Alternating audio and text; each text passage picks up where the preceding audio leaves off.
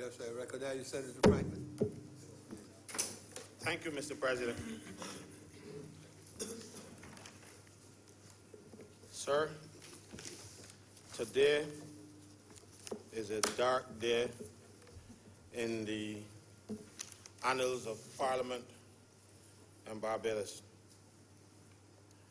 I am crying shame at the government for behaving in this manner. Senator Walker, at least he corrected one instance of bad behavior, so I don't have to reflect on that one because they were doing it in retrospect. And I even brought along a case to show you that you couldn't do it, Glenn and Sampson. But I am not going to do. But I'll tell you something else later. But we fixed that. What, sir, we have not fixed is that this bill purports to take away property. And if you want to take away property, people's property, you have to give them compensation for the property. It's a constitutional matter. And the property that you're taking away is money. And we're not going to argue that point. The courts have already decided that money is property. So if you take away people's property, and you have to compensate them with money, and you take away people's money, you got to compensate them with money. So you really can't, this bill can't really pass in a session like this. This bill will have to amend the Constitution, and it does not. Because if it is supposed to amend the Constitution, it should say, enacted by the Parliament of Barbados in accordance with provisions of Section 49 of the Constitution as follows, and then the bill would follow. This bill is taking away property. You're taking away property without people's consent. You're breaching people's constitutional rights. Because that interest that I was supposed to get on my government paper is my property. I had a contract with the government that I will give you my money for a certain period of time, and at the end of that period, you will give me so much and so much interest. That is a binding contract. And it's a binding contract where I am expected to get my money, my property. Government cannot unilaterally change that contract and then say to me, oh, if we get this supermajority, then everybody agrees. No, it doesn't work like that. It works like that if you buy shares in a public company. Because if you buy shares in a public company, you buy it with the understanding and the knowledge that if there's a takeover bid and the person taking over get the required amount of shares, then you are compelled to sell yours. There's no such provision when I buy government paper. No such thing. I have a binding contract with the government, and when you went into that deal, there was no such provision in the law. So what you are actually doing now is becoming something like an outlaw. You know, this government has a penchant for blaming the last administration for everything that's going wrong. And maybe, to some extent, yes, to a great extent, they've done a lot of foolishness. But you cannot blame them for you breaking the law. You cannot blame them for you avoiding the constitutional niceties that you are required to follow. No? Look, I do not have the figures. I do not know how much money the government got in its coffers and stuff. But I know if you're going to fix something, you don't go and do something. You know what said, two wrongs don't make a right. You do not do something wrong to the people of this country. People just voted for you. And they voted in overwhelming numbers for the Barbados Labour Party. And you are now betraying that trust by coming to Parliament and legislating things that you know you don't have any legal right to do. There are too many lawyers and good lawyers in the, I know Senator Walker, you're going to show me this European, they may not in European court, nothing. You know, we have too many good lawyers in the Barbados Labour Party. I know some of them my friends. I don't know if you pass this legislation by them. You cannot do it this way. You can't do it this way. First of all, it can't pass in here today legally to achieve what you want to achieve if you don't amend the Constitution. If you do not amend the Constitution, you can't, because everybody, you say you have 99% or whatever, there's a 1%. That is signed, right? So even if you have 99%, there's one fellow there that you take away his constitutional rights. You can't do that. You ain't gonna get me no Lloyd Sandra Walker, and you ain't gonna let you track me down there. You are not going to take advantage of one person in this country because you are big, bad bullies, because you have 29 seats in the lower house. Follow the law. Treat people of this country with respect. You know? I have great difficulty with what you are proposing. If the people agree, so be it. But you can only do it for those who agree. And and my difficulty was compounded when you said to some people that you can delay their payments for 15 years. And one person that I know who is 85, you had said that you are now talking about the afterthought. When this information come in, you rush to do things without thinking them out. So not you, the government of which you are part, rush to do things and then have to come back and backpedal. So we then hear the Prime Minister saying, oh, well, I cannot speak on it because they get legal. I can't do that hogwash. They didn't think about it. They just decided, well, we got the numbers, we're going to take advantage, we're going to do what we like. And then when you hear the cry, the swell on the calling programs, everybody crying out, you backpedal and say, okay, we can fix this somewhere. You have a situation where you're going to tell a person that at 85, he can wait for 15 years to get back his money. I was reading the other day, I checked it out. It was Psalm 90:10. It says, the days of our years are 70 and 10. Yeah? 70 and 10. So you have a fella at 85. He is past 70 and 10. You add on 15 years, man. 70 and 10 plus 15 is not 70. And these days about misery and sorrow. Right? Yeah. No, I'm biblical. I ain't worried about that thing. 70 and 10. So you should, everybody at 70 and 10, or even a little bit below, who want back their money, there should not be a consideration. If the old pensioner wanted money, he wanted to pay for Pampers. You know what's happened? You wait and see. On point of order, I believe that Senator Franklin is misleading the House. If he read the bill that I read, it clearly indicates that from 2019 December, the pensioners who are affected will receive a portion of their principal combined with the increment of interest, which will gradually increase over the period of until the bond or the government security matures. So it's not a case where people have to wait a full 15 years. They will actually be getting chunks of principal over time, gradually increasing over time. So people will be able to access some of their principal along with interest. And that was the point of clarification I wanted to make. They would get 1%. It was getting 5%. And the little bit of change that they're getting now. I know all of that stuff with the giving back a little bit at a time, a little bit at a time, a little bit at a time, and then giving back some of the principal. That was not the deal. That is not what I can't say I. That's not what the people signed off on. On point of order, I need to clarify. when you say people are getting back some of their principal, that is also misleading the House. People are actually getting back 100% of their principal and up to 75% of their interest. Have you read the bill? No, they are getting back part of their principal gradually. So they will get back all of the principal. Yes, I understand that.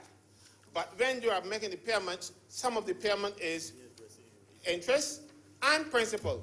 That was not the deal. So when you give me back some of my principal now, the interest on it been reduced. So each time you reduce the amount of principal that I'm getting, the interest that I'm getting is also going to be reduced. You reduced it already from 5 to 1, and then after what?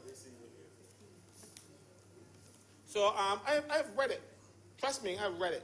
And I've heard that's why I had to read it again.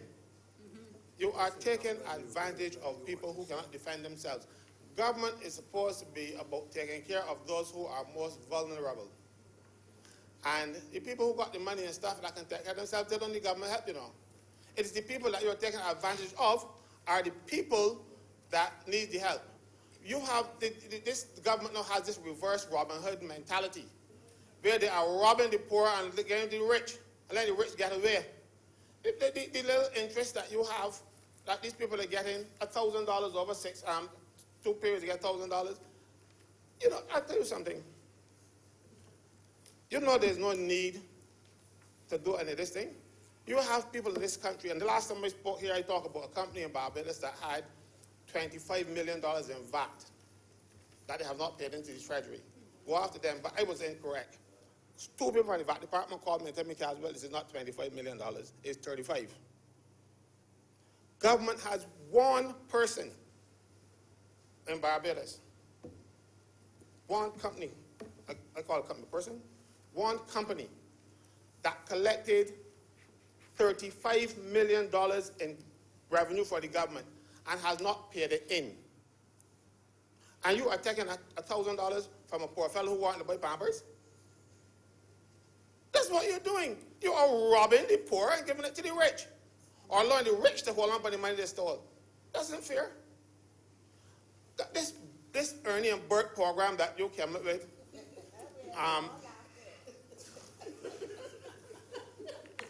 didn't seek to look out for the interests of the poorest of the poor.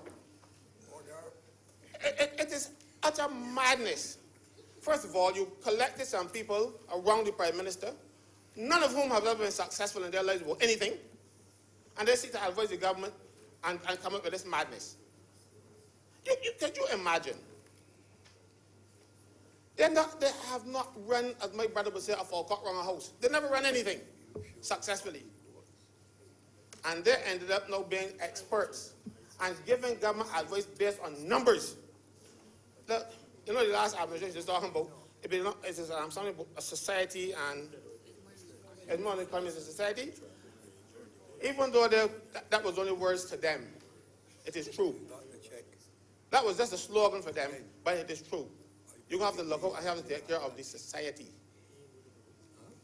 Imagine now you are sending home, as part of this Ernie and Bert program, Ernie Maskell and Bert Prasad, as part of this Bert program, you are sending home people at the bottom of the public service scale. And you feel that is good. And then you come up with this, oh, we're going to take care of them. Tell me what the taking care of entails. Don't give me any hairy-fairy nonsense that suggests to me that we got to work out something now. There is something to work out now. The legislation that has been misinterpreted for years says that these people should be getting their pension from the government after they have 10 years or more. That was passed in 1975 in this parliament, where prior to 1975, a person who left the public service before they reached retirement age did not get a pension. The Right Excellent Barra thought that was unfair. And just before the election in 76, he came up with this idea that you can store your pension if you left the public service and go to work elsewhere. And when you reach retirement age, you can get your pension.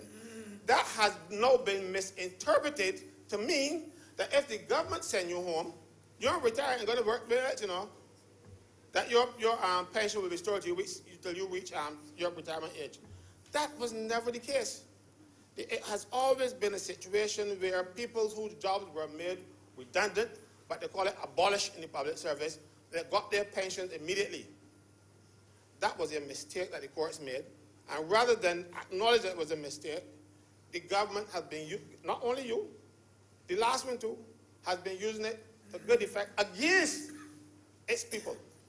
It is like it's a situation where the government feels that when they get in power, that the people become my enemy. No, you got to take care of them. The law requires you to give them not something similar to severance. Public servants who are pensionable are not entitled to severance according to the Severance Payments Act. They are entitled to their pensions, and they're entitled to their pensions immediately. The misinterpretation came when you lumped in the 1975 amendment to save people who had several years, because remember in the debate, it's the 1975 debate, the Prime Minister then said it is unfair for a guy to be working 31 years in the public service, and if he leaves before he becomes 50, he does not get a cent. But the fellow can come in and work for 10 years and reach retirement age and get a pension. That was done to fix that problem. They are using it now to unfair people, as we stand talking about, oh, we can send them home, we can give them something. No, they're going to give them the pension. And the pension is payable until the government finds something for them to do. That is the law. I think I can find it here for you quickly. The legislation, Section 13 of the Pensions Act.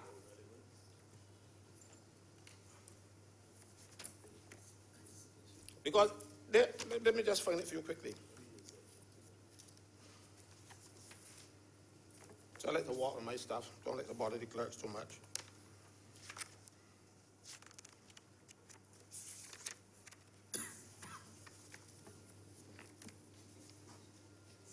I think it's Section 13, but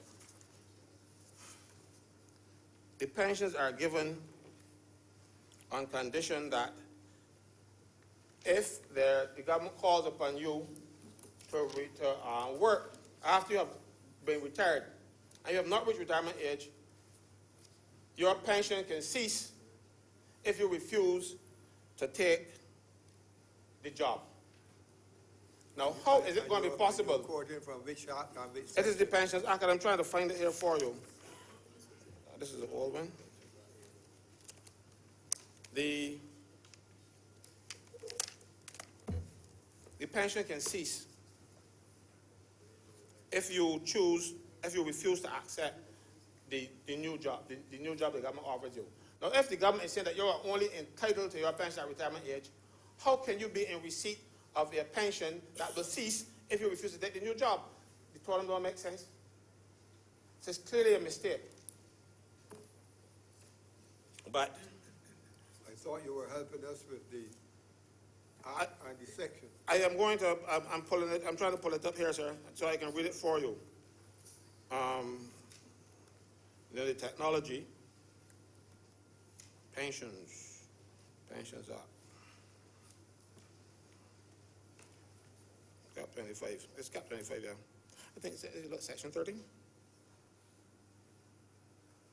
Pensions.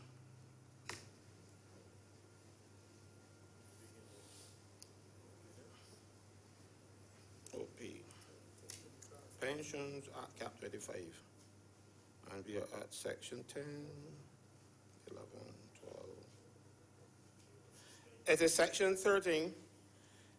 It says liability of pensioners to be called upon to take further employment.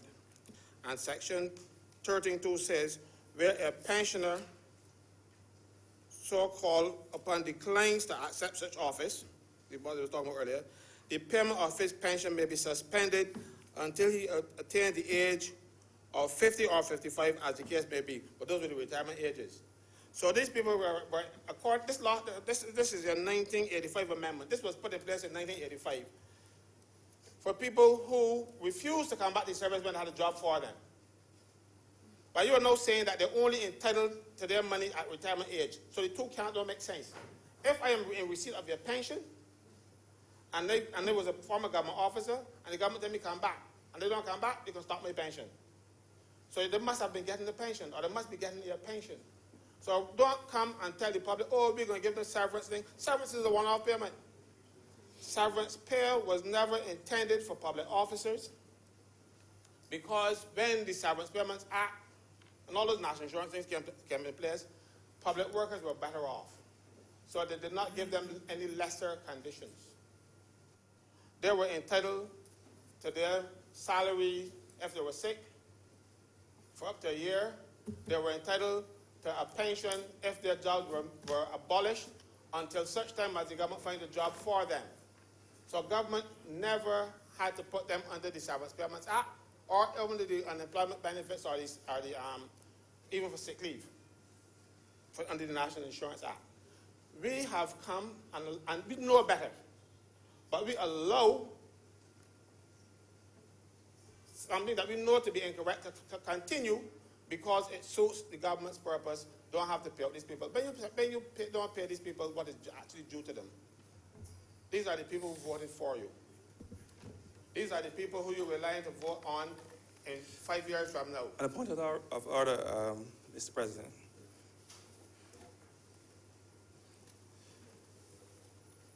It disturbs me to have to interrupt the Honourable Senator on the other side, but according to Section 35 of the established orders, I see no relevance in having mentioned the Pensions Act. Can you please make it clear to the House the relevance of your line of discourse? You know, that's not a point of order, that's a point of interruption to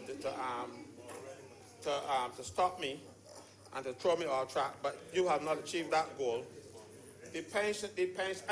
This Burke plan, this Ernie and Burke plan that you have, why I'm talking about the pensions? Because the people who are going to be destroyed under this Ernie and Burke plan are not going to get their pensions. That's why I talk about it. So it has relevance. But I just can't come and I'm going to give you the chapter and verse so you know what we're talking about. Trust me, I know my pensions are.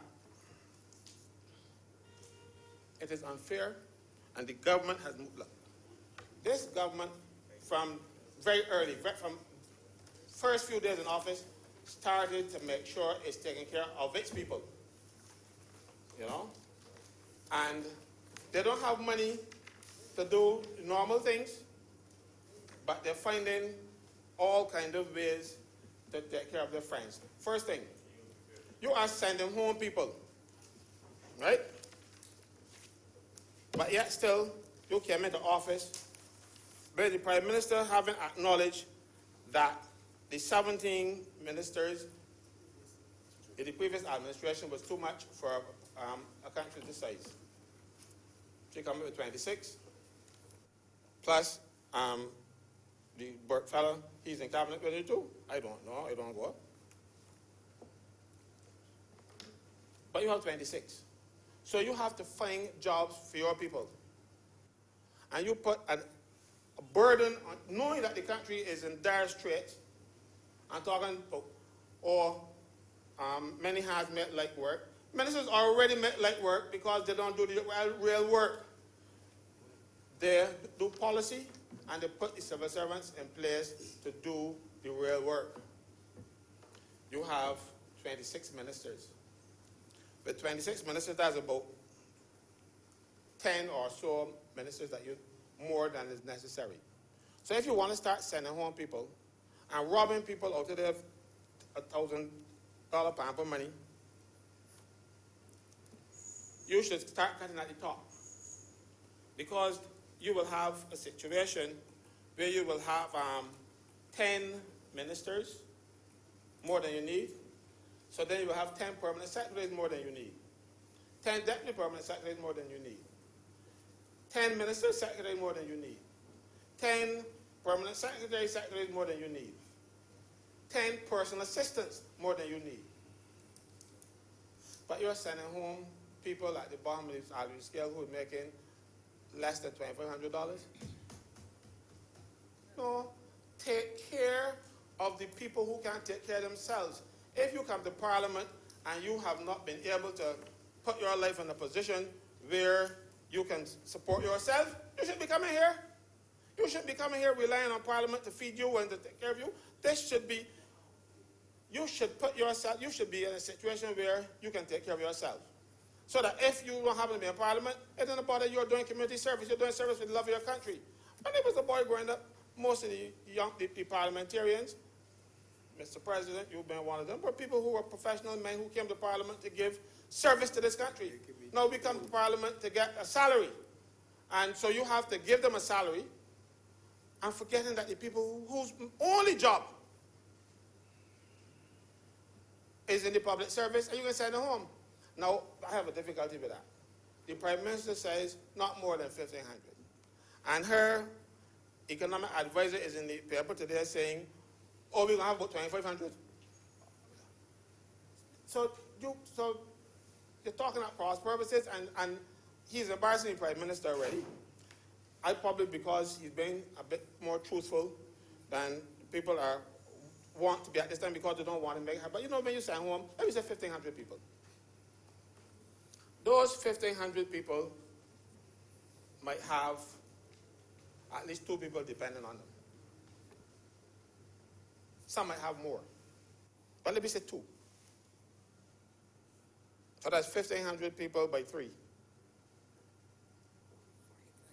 Right? 4,500. And I can assure you that the money you save by taking care of the top, like reducing the people at the top that are not necessary. They're only necessary to secure the Prime Minister's base because if I'm on the back bench, I can rebel. But if I'm in cabinet, I don't have to sit there and follow the cabinet dictates. So you have to pay them to be loyal. And at the same time, sending home people that only got one job. Point of order. Standing order 34-5. No senator shall impute improper motives to any member of either house. That is not an improper motive. That's what you're doing. I'm not imputing anything. I'm commenting on what is happening. Yeah, but don't trust me. Trust me. Look. I was in the Labour Party before you. You know? I know how you behave. That's why I'm no longer in there. Because I don't like your behavior. And I know. Are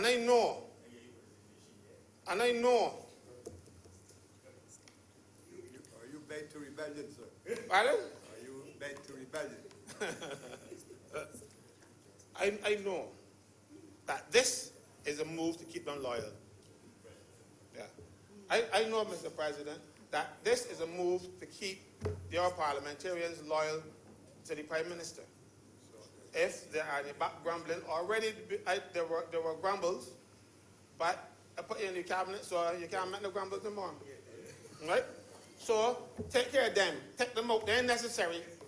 Do not take my people out calling about no plan or nothing. So take the necessary steps to protect the most vulnerable people in society, the people who can't take care of themselves. If you want to come to Parliament, you should be able to take care of yourself. This should be a sideline. This should be your main job or only job. That if you don't have this, you don't have nothing to do. So take care of us, the small people.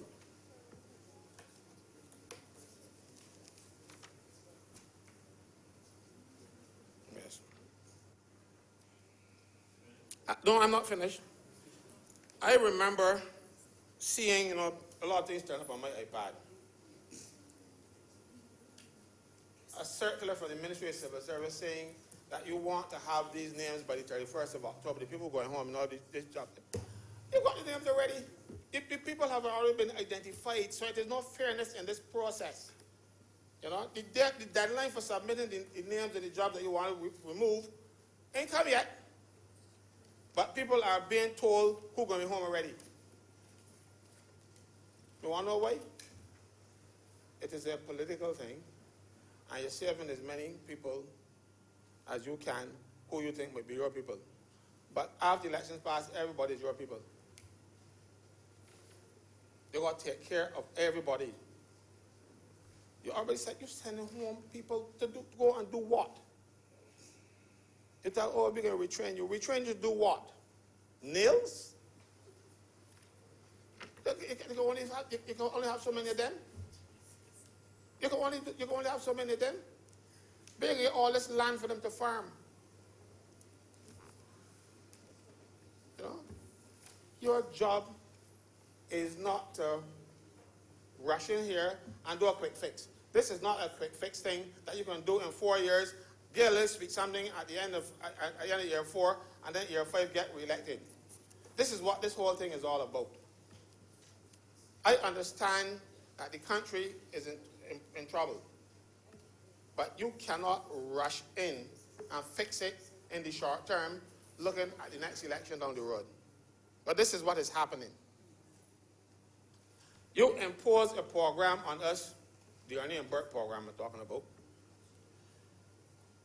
that is more onerous than the IMF would have put on us had we gone to the IMF and they designed a program for us. But we in Barbados decided this is what we are going to do.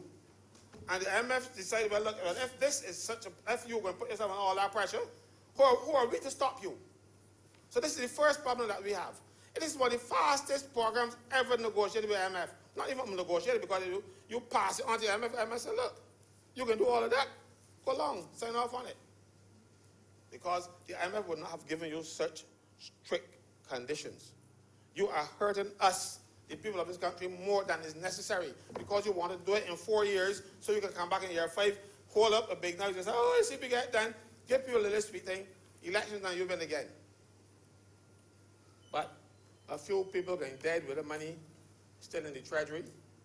Few people can go home and sit down and go mad because they can't feed the children. And a few people can end up in Dodge because they can try to find a way to feed the children, and then that might not be legal. And all this could be accounted for one thing: government's rush to get this thing done too fast because you want to win the next election. You see, mine is always the next election. The next election. So that is why you surround yourself with a lot of people, like for instance, like the guy from St. Kitts, who should not be in Barbados working in a public service job. You're sending home civil servants. The last public officer to hold that job was the former Peter Simmons, who was the High Commissioner to London. After he left that job as Director of Communication, the boy and hold it, it was there all the time. So you found a job for him, they put him here. So that's telling you for all those years that job was necessary. But you bring some person here who can help you with your propaganda. And they say propaganda, like the German right, you know they say propaganda? You did that. You brought him in so he can help you with your public relations. This government is about public relations. You are doing a lot of hurtful and punitive things to the people of this country, but you are sugarcoating it, and you have some mindless people out there who will follow you to the hill and curse me. I'm used to being cursed, so it's nothing new. But you are taking care. I'll give you an example, but you don't take care of people. You remember the first week of government, you rushed down the road and fix up that sewage tank. Had all you chew when everybody saw you in the street. That wasn't about fixing a problem that existed. That was about getting somebody some money. $400,000. And that's not the first time that happened, you know. The first time it happened 6 years ago, the government paid $75,000 to clean it. Now, you come in here and you're taking all this kind of money. $75,000 to clean that tank. Same condition. 6 years later, you're paying $485,000. $85,000 for the crane and $400,000 for the contractor. You could do better. You can do better. You are taking money. You are trying to save money by sending home civil servants and spending it like drunken soldiers, sword sailors. You are, you are saying one thing, but your actions don't correspond with what you are saying. You're spending government money like it's going to style. So you can send home the people in the printery because you got a friend who's doing the printing work, so he can get the printery work. No. Oh, this man, you're not looking after the country. You're looking out for you people who were pivotal to your existence, who were pivotal to get you elected. That's not what you're there for. You're there to represent the people of this country. Not the people who get that Barbados Labour Party in office.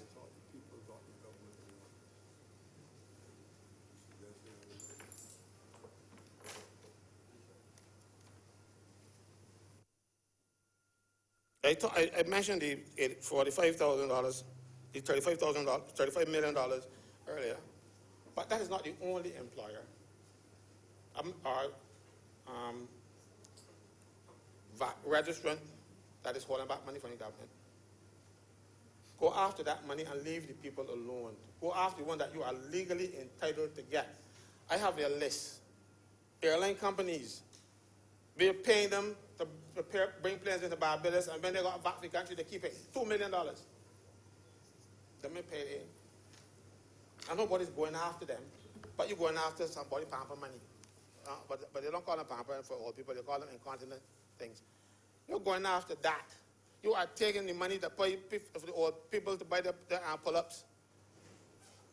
Because they ain't got any salary coming in. They were relying on that little payment from the Treasury, and you're taking it away and letting people get away with $35 million of government money. $2 million another way. People in Bridgetown renting out property. If you go to the registration department right now and check the VAT register, the judgment register, you would see names that you are shocked. And the government is not going after that money. That will be more than enough to cover anything that you want and give civil servants a good increase. You give them an increase. You give them an increase, and everybody say, and then you took it away. Why did you give them an increase when you know they can send more people? You put $60 million on the government payroll. You know why? You want to look good. You give it an increase. But no, you want to blame Ernie and Bert for sending home people, 1,500 or 1,200 people, depending on who you talk to. If you talk to Mr. Advisor, he is 25. If you talk to the Prime Minister, it's 15.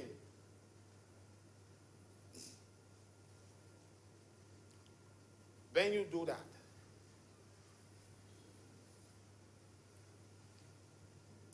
you are sending home or sending to the mental people who ain't got no chance to look at themselves. You know, we don't, like I said earlier, some bets, we can cross the border and work in another state, you know.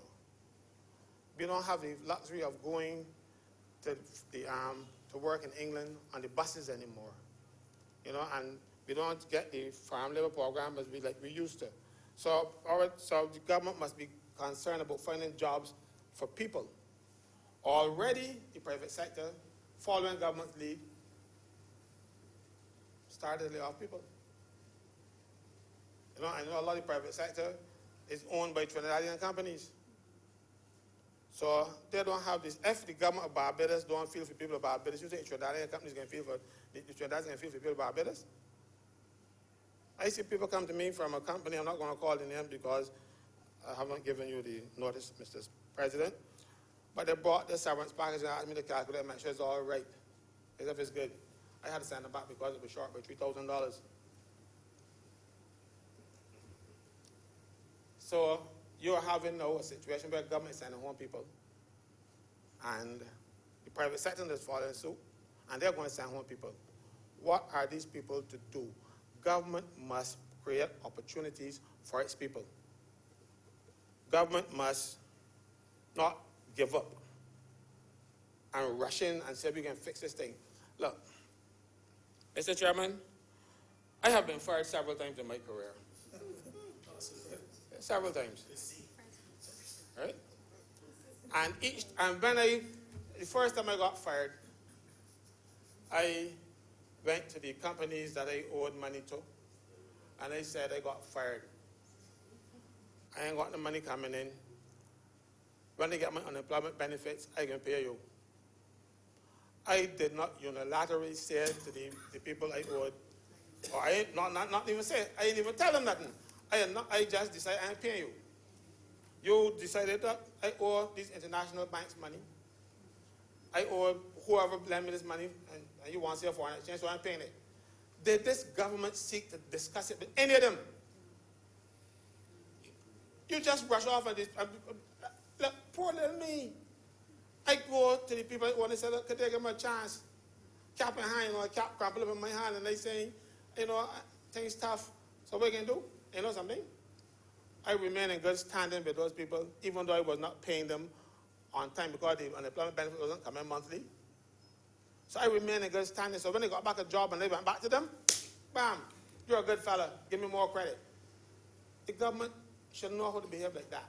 You just don't unilaterally shut down because you got, the people who are advising the government, has never run anything successful in their lives. When you want success, you go to people who have been proven success. But you go with your friends, and they give you these kind of scenarios and put us in bare trouble. When you default, the only body that can lend you money is the IMF. So that's why you had to design that program that the IMF could not refuse. Because unless you get the seal of approval from the IMF, not another fella in this world can lend you a penny. Because you must remember that our conditions we were, how many, 21 or 22 downgrades? And we were, so unless the IMF give that stamp of approval, but you had credit from these other people already. So if you'd gone to them and say, look, be in trouble, no, you act like a big bad bully and decide, I ain't paying another cent. So then you had to go to the only person in the world that will lend you anything, IMF. And you went to the IMF and tell the IMF, man, do whatever you like. Once we get this money, and you destroying this place, I said, look, you are going to be more punitive and more hurtful than the last administration was. I thought when they were gone, I was glad to see the back of them, that we would have gotten better. But so far, sir, I am not seeing any better. I'm seeing an administration that picking the pockets, that's unparliamentary, picking the pockets of pensioners, taking and penalizing the poor. I'm still upset with the $45 you put on the $32 water bill. You tax a bill. This government is hurting the poorest of the poor. And you don't want them to come back and vote for you next time, This is, unless you decide that you're going to have no more elections, but you're going to come back to these people. So treat them with a little respect. Treat them with a little empathy. It is not happening now. But Belgians have short memories. That's what I've been hearing from the time I was a little boy, that Belgians have short memories and they will forget. Do not rely on that. Some of them might have long enough memories to remember the pain they had to go through the nights when they went to sleep hungry. This is what you are doing to people now. You're going to send home 1,500 people, and they don't want to pay them. I blame it on Ernie and Burke. No, sir. I blame it on the government. I blame it on the Prime Minister. These people knew the state of the economy. They knew it was bad, and they promised the world. No, you ain't getting anything. Far from getting, you're getting kicked. Where it hurts most. No. There's something else I wanted to talk about. No, I know that. I know, sir. Thank you very much. That means that I am hitting the nail where it's supposed to be, like the people that you're employing. My thing, sir, and I'm going to close finished, but I just was trying making sure that anybody want to talk about a couple of things that the leader, I want to recap what I said earlier. One, he talked about they're going to the European Court and Greece. This in Greece. Greece does not have the Barbados Constitution. Mr. President, on a point of order, I hate to interrupt the honourable member when he's wrapping up, but I made no reference of anything going to European Court. I merely drew an example. You're not going to get me off track this time. You never said going to European Court. You used the example of Greece going to the United as a precedent. And what they try to tell you is that courts are following precedent. And that if that precedent was good in Europe, it would be good down here. That's not necessarily the case. We have a constitution that gives people certain rights. You are taking away those rights unilaterally and talking about necessity. It is not necessary to be evil.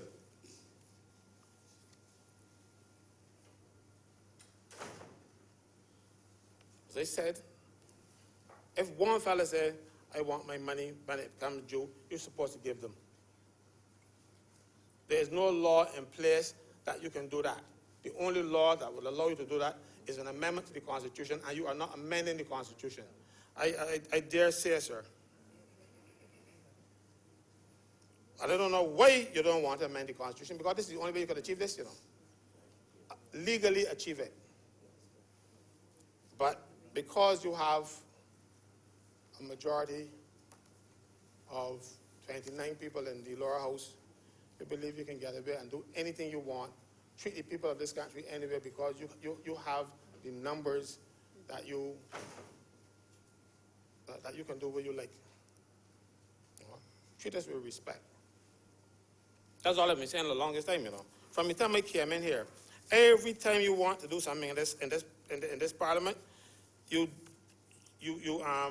ignore the rules, and you do it because you can. This is one I want the people of this country to speak up against. I find that right now the people in this country are saying, well, you know, we just elected them so we can get them a honeymoon and stuff. So during the honeymoon period, you are doing some nastiness to people in this country, and it has to stop. You know, you're going to get a rebellion.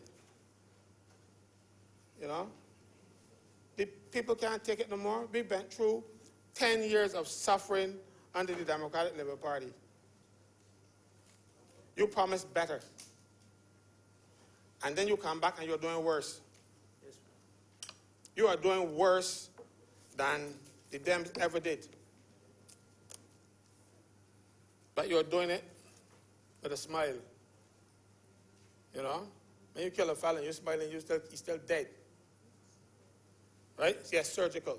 I remember you said, I wrote it down, you said, you got to break eggs to make omelets, but you're killing the fowl. Are you killing the fowl? I am serious, sir. This government needs to revisit what it is doing to the people of this country. They can't take it anymore. And going on TV and making these speeches that are not specific, and you know, you said, give me the vote and watch me. And watch me. Give me the vote and watch me. Well, we give you the vote and we watch you rob poor people. We give you the vote and we watch you feather the nest of your friends. We give you the vote and you reward your friends out of the public coffers at the expense of people whose only job is to work in the public service. You are devastated. We gave you the vote,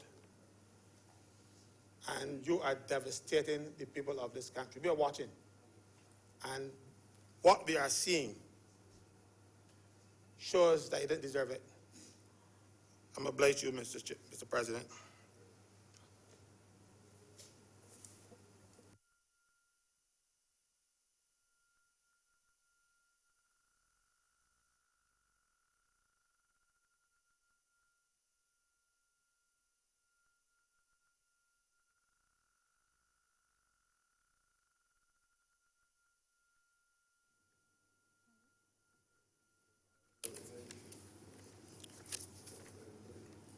Mr. President, I'm surprised that there isn't a strong response from the government. I'm a bit taken aback, actually. I was waiting to hear some more robust debate before I got to lend my voice, my voice to this bill being passed. But nonetheless, following from my colleagues' comments, it is with a heavy heart and a heavy heart for the people of Barbados, and with sympathy as well to the government. Because what the government has right now is a conundrum of economic problems. It is faced with, and when I pour over the numbers in the time that I have, there is no easy fix to what we're about to go through for the next 4 years. They were faced with low foreign reserves, which by some efforts are now rising nonetheless. They were faced with extremely poor credit ratings, and obviously what we're discussing today, which is a extremely and unsustainable high debt to GDP levels. And I think it would be remiss of me, because I get the sense when I speak to persons across Barbados, they're being hit with a lot of information coming from a lot of different corners, and for the most part, many of them are a bit confused. And what I will try to do with my contribution today, and it is from the sincerest part of me, is try to bring some clarification on what the debt restructuring means and what an IMF extended fund facility means. And I'll take it in the context of the last couple of months, because government, although it feels like about 3 years, has only been in office for 5 months. The government took office on May 25th. Then, by some accord, they came to the press, they came to the public of Barbados, and they said they found an arrears of $1.9 billion. Between May 25th and June 1st, we had our Prime Minister come to the public, which I don't believe within that time span you can have any type of consultation with creditors, and we defaulted on our debts, both locally and the external debt. And Mr. President, I want persons to be very clear in Barbados that the domestic debt represented 80% of the total debt, and only 20% is being held by external creditors. And when we came to the market, and markets operate off of information and some level of stability, when the market was then shocked and jolted by the announcement of defaulting, our bond value went from, on average, US $90 to US $60, and has not recovered since. That has serious implications for the level of interest rates that we will pay if we were ever to access the international markets again for financing. But defaulting was not enough. On June 11th, 10 days later, before we could even internalize what the default meant, we had a mini budget presentation with a slew of policies. Clearly, we had no baselines by which to implement these policies because you just defaulted. So what is the premise by which you're basing the policies on? What economic studies, what feasibility studies, what statistical studies were carried out to implement the policies on June 11th to ensure that they worked? So that's 10 days after defaulting, June 11th, we had a mini budget presentation because you had to fulfill promises, political promises. After the mini budget presentation, on August 29th, we then had the BERT program rolled out to the public. If, Mr. President, we knew we were having consultations with the IMF, we knew we defaulted on the loan, what was the point in having a mini budget presentation? That is the difficulty that I'm having with a sequence of events. Because if you are having a mini budget presentation, that should be the foundation for the next fiscal year or so. But then on August 29th, you then turned around and had a presentation made to the public on the BERT program, which is a Barbados Economic and Transformation Plan. But in my capacity, when I looked at the BERT program and when I analyzed what the government was proposing, it is not an economic and transformation plan, Mr. President. It is an austerity plan. After that, we had on September 9th, an agreement was reached, a staff level agreement was reached, which was essentially the BERT plan with a few other things mixed in, which I struggle to see how we celebrate the way in which we quickly reached a negotiation. These negotiations take time for a reason. Because the right analysis has to be done to ensure that you can reach the targets that you are proposing. And I'll get to those in a minute. So the staff level agreement was reached on the 10th of September. If you said to me that we had, numerous conversations with the local debt holders and the international credit holders, then why on September 11th, we had a NASDAQ report that came out where the international creditors noted shock and disappointment that they were not given any information as it is regarded to the debt restructuring. And they at the time noted that they will not be taking any interest cuts. They will probably give us a longer time to repay. But as far as they were concerned, the lack of consultation left a lot to be desired. But we still have more to go in the 5 months. So then, after the external creditors noted their shock and disappointment, on September 19th, the governor of the central bank then came up with a debt restructuring program. And you had to then say yea or nay, accept or reject, by October 5th. If the BERT program was rolled out, Mr. President, on August 29th, I am curious as to why the government then did not let people know the realities of what the BERT program meant. Because on Sunday, you had a PowerPoint presentation that was circulated right after the Prime Minister spoke, which spoke to the BERT transition, which was primarily to do with the public sector restructuring and layoffs. So how are you going to tell me on the 29th of August, you have no idea about the numbers, but on Sunday that has just gone, you know the exact numbers and the posts that you want to get rid of? I mean, it's either you know or you don't, and you have to come to the Barbadian public and let them know what it is that you're doing. Because essentially what will happen is you're going to cause a state of unnecessary confusion.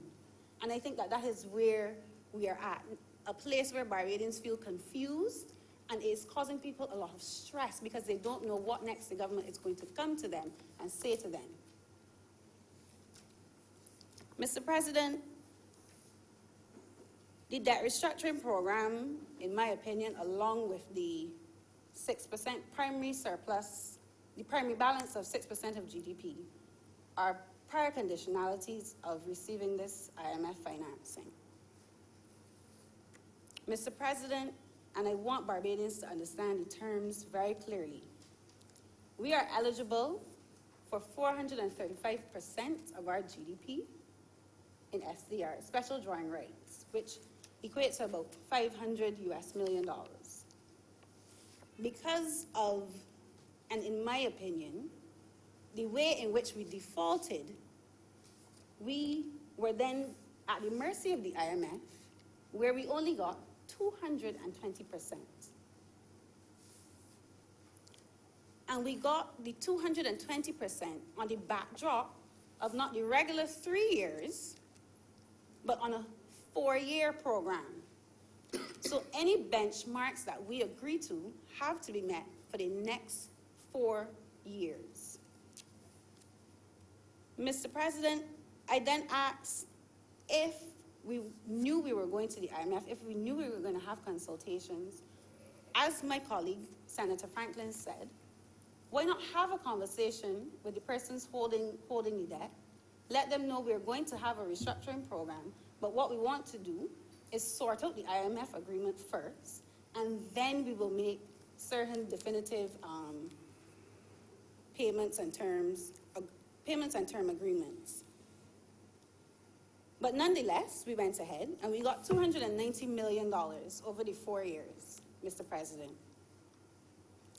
And if the argument is we had to do that because we had no foreign exchange, no foreign reserves, the foreign reserves were declining, we had to do it. We had to do it. Why then was the first installment of the IMF program $49 million? US $49 million. The Credit Suisse loan that was all the rave at the point in time because it was US $60 million. If we paid that, we would be in dire peril. The country would shut down. We wouldn't have any money for food and imports and the like. But the disbursement, the first disbursement that we got could not even cover the Credit Suisse loan. We only got $49 million up front. The Credit Suisse loan was $60 million. It provided a buffer, but nonetheless, it still did not cover the money that we had to look for. So I am struggling for the numbers and the language and the messaging to add up. That is the truth. And there's this falsehood as well that if we paid the Credit Suisse loan, we were going to be at the lowest level that we've ever been in Barbados as it relates to foreign reserves, and that is not true. That is simply not true.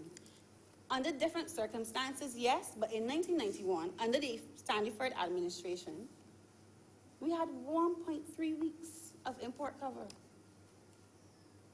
1.3 weeks of import cover.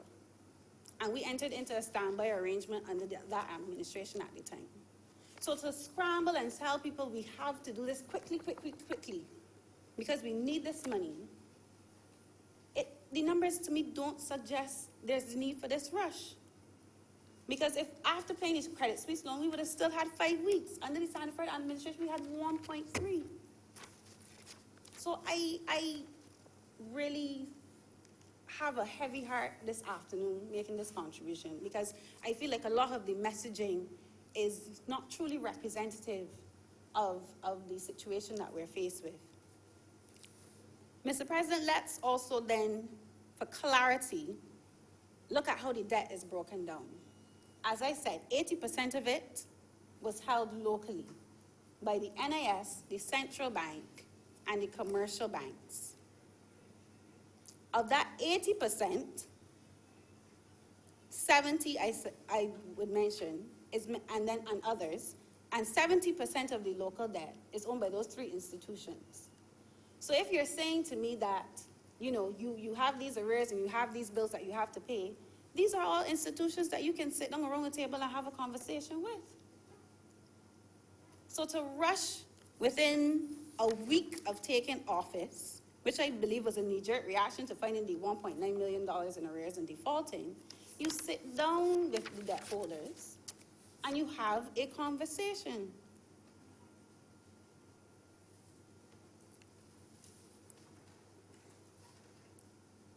Mr. President, I think that in addition to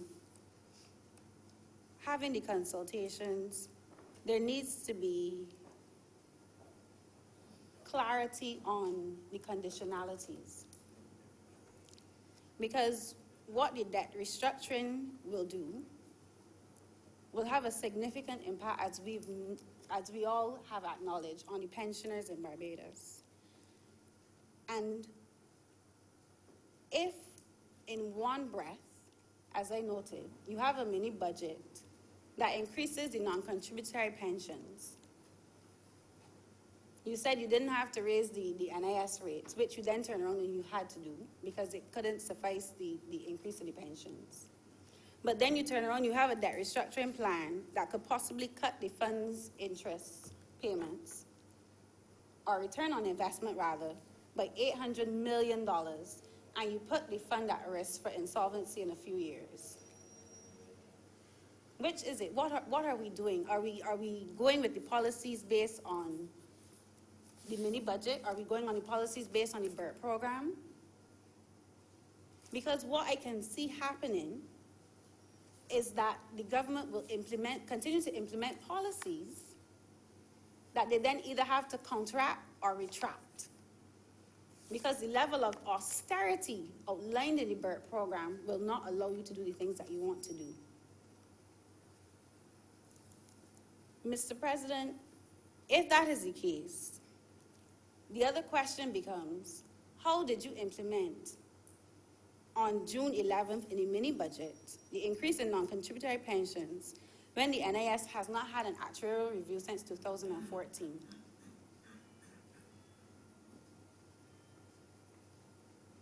And then on top of that, the restructuring program will know, according to a noted actuary, $800 million will be cut from the fund's return on investment. But yet, we haven't had an actuarial review of the NIS since 2014. So we have no baseline by which any of these policies and the impact will have.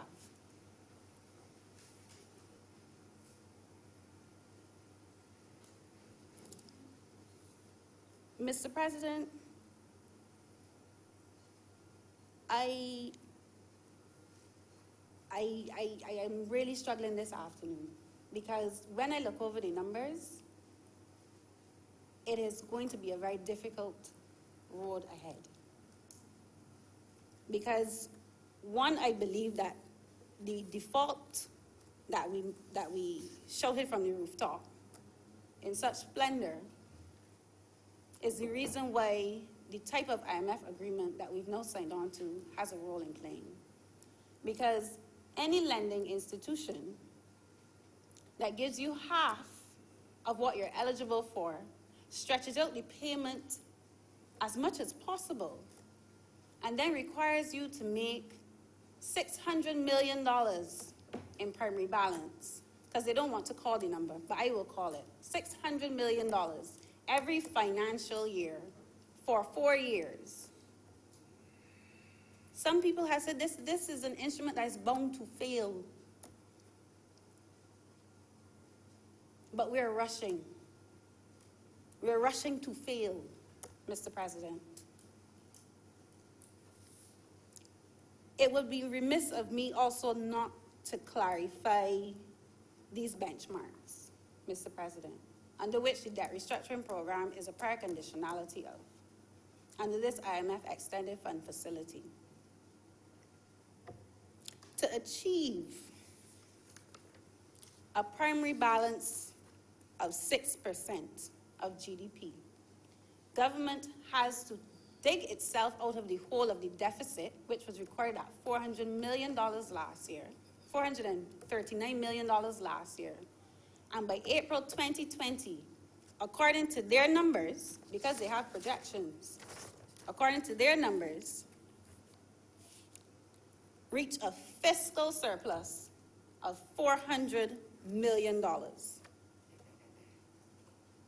All the while still maintaining some minimum level of public service. They still have to have buses on the road. The QEH still has to open. They still have to have police officers on the road.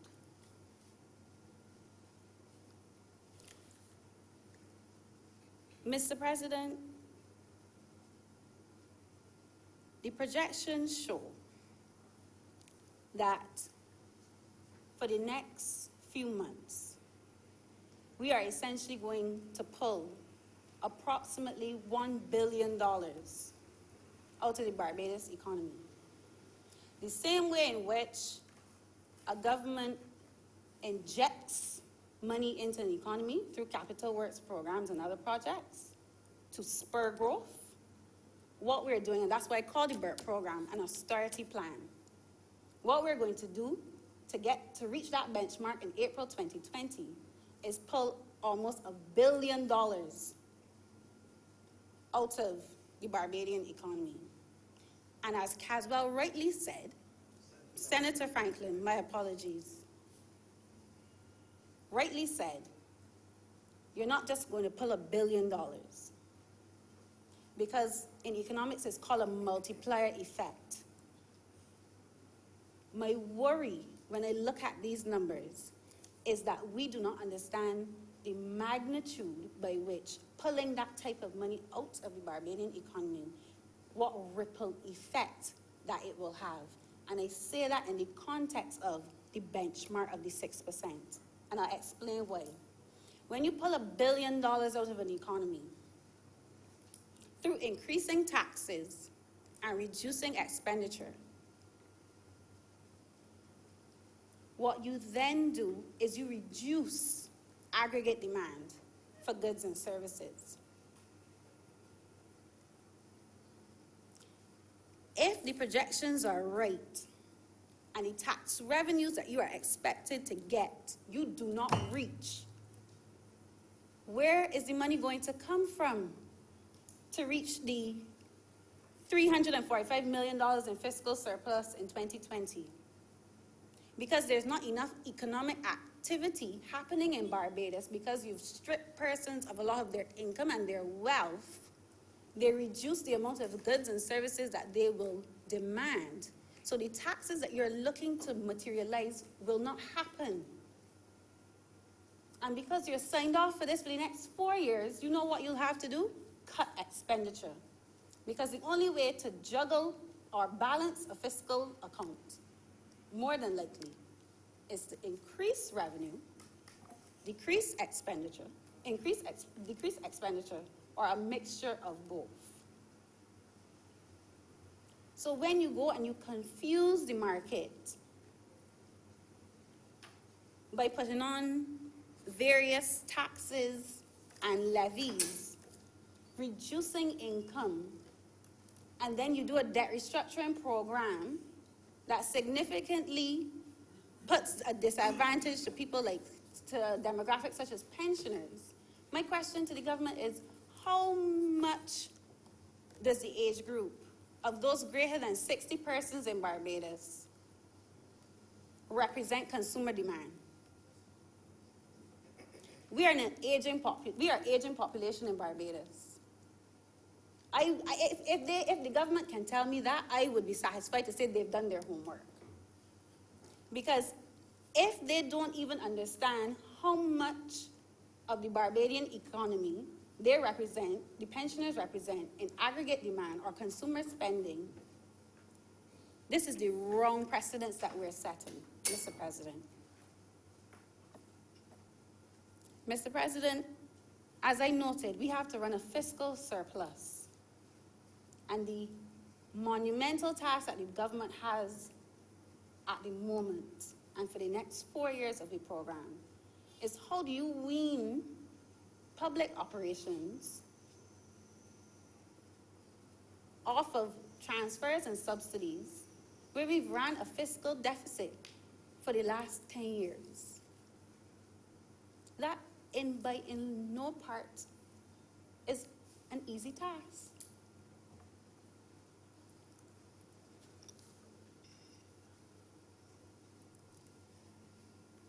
Mr. President, the government will also face implementation issues.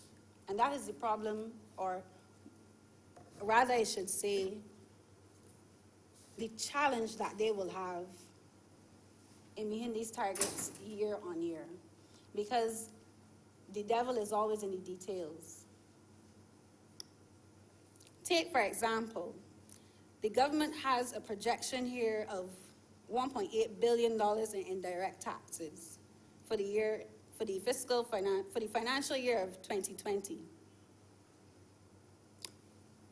$1.8 billion. VAT alone out of that, Mr. President, sir, is $959 million. VAT is a consumption tax. You do not receive VAT receipts unless people spend money.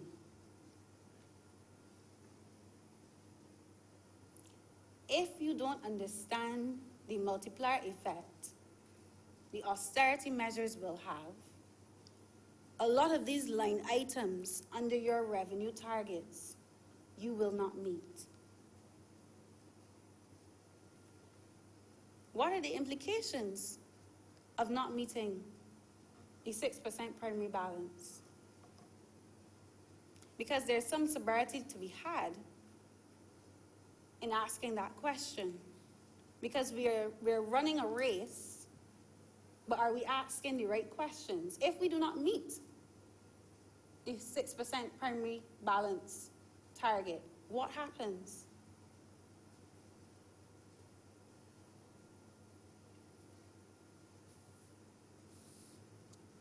Mr. President, I want to turn more specifically now to the proposed bill. And I really want to highlight this because what I've been hearing in and around Barbados is they feel like a lot of things are being forced upon them.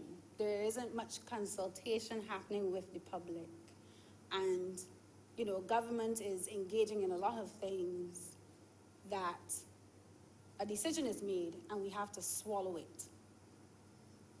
This bill that is in front of me, Section 5, subsection 2, is a clear indication of what Barbadians are talking about. Page 6 of the bill. Where the voting threshold specified, and I beg to read this to you, Mr. President. Where the voting threshold specified in paragraphs A and B, which is the supermajority of the 50 and the 75 of subsection 1 are obtained, the restructuring proposals shall be deemed accepted, whether or not some instrument holders voted against the restructuring proposals or declined to exercise their right to vote. Whether or not. So yes, Barbadians are right. The government is taking action, and whether you like it or not, it's in the legislation. Bullies. I had calls, persons asking me, I don't want to take the arrangement. What can I do?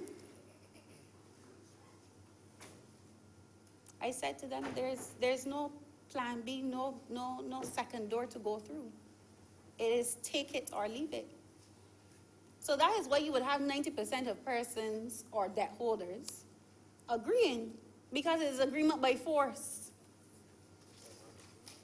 Mr. President, and I can't celebrate agreement by force, but the government must do what it has to do, given the economic challenges that we face. Mr. President, the commercial banks is another area that I want to touch on when we talk about this debt restructuring, because they held, according to the last central bank report, $2.1 billion in government debt. And I have a fear that despite even making record profits in recent previous years, this debt restructuring will have implications for user fees and other transactional costs as it relates to banking in Barbados. And they will do that under the guise of buffering the loss in investment. Mr. President, in looking at the legislation and going through what government is proposing to do, I like other outside examples.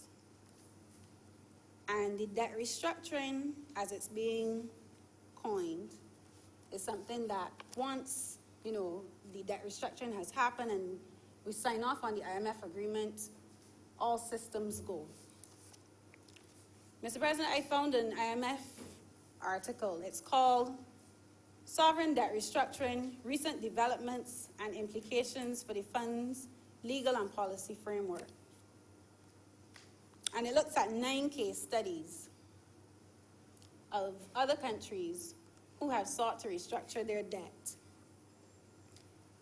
And what I found interesting in this report, and if you bear with me, I'll read just the first line.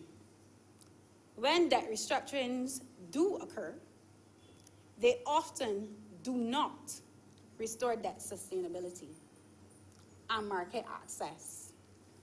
And what that leads to is repeated restructuring and dependence on official financing.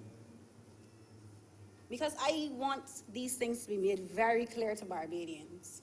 What we're about to undertake in the next 4 years is no walk in the park. And no matter how government may not want to come out and say it,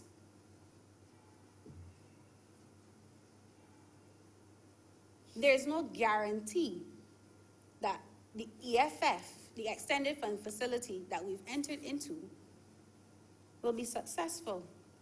As I mentioned, going back to the $600 million in primary balance that we have to reach every year.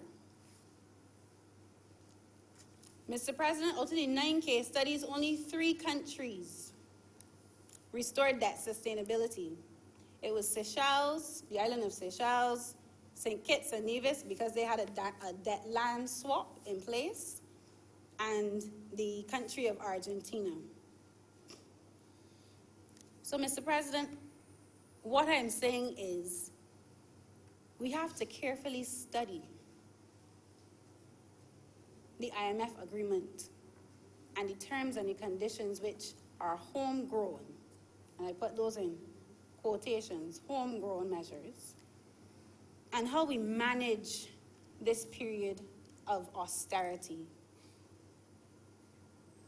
Because the level of austerity that's outlined in the BERT program could lead to things like increasing inequality in Barbados, and what we could also see is pockets of poverty.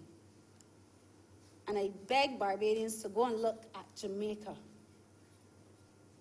Jamaica has been under IMF agreements since the 1970s. They just announced coming out of an extended fund facility, just as a precautionary measure, a standby arrangement with the fund. So I don't want Barbadians to get disillusioned that when we signed on an IMF program and we did it in 3 months, that is something to celebrate. It is something to be taken with sobriety. Because as they're now realizing, it won't be a magic wand and all will be well in Barbados. And in that sobriety, sir, I really would like to also mention an article written by the former finance secretary in Jamaica, Colin Bullock. And he had some interesting words about the Jamaican experience as it relates to. That is no problem, Mr. President. The name of the article by Mr. Bullock is Looking Back to Look Forward to the Post-EFF Transition. And Mr. Bullock states, defining a growth strategy relative to the imperatives of adjustment is not an IMF programmatic priority. So to the persons in and around Barbados asking, where is the growth strategy? There is none. Because the IMF does not care about your growth in the long run. It is not a requirement. And he states, the IMF is not a development bank and has no seminal mandate for growth facilitation. I think we can learn a lot from our Caribbean neighbors in Jamaica on how we articulate through this time period. Oh, no problem. I have it on my laptop. I will have it on my laptop, sir. Yeah, it's a ECLAC, a Caribbean Papers article. Yes. He goes on to state that the IMF program, by essential purpose and nature, contains neither a comprehensive growth strategy nor a program for comprehensive social transformation and empowerment. So yes, Mr. Speaker, Mr. President, pardon me, persons like pensioners will be disadvantaged under a debt restructuring program that has not been thought out, because there's no consideration for social transformation and empowerment under an IMF extended fund facility that we've just signed on to.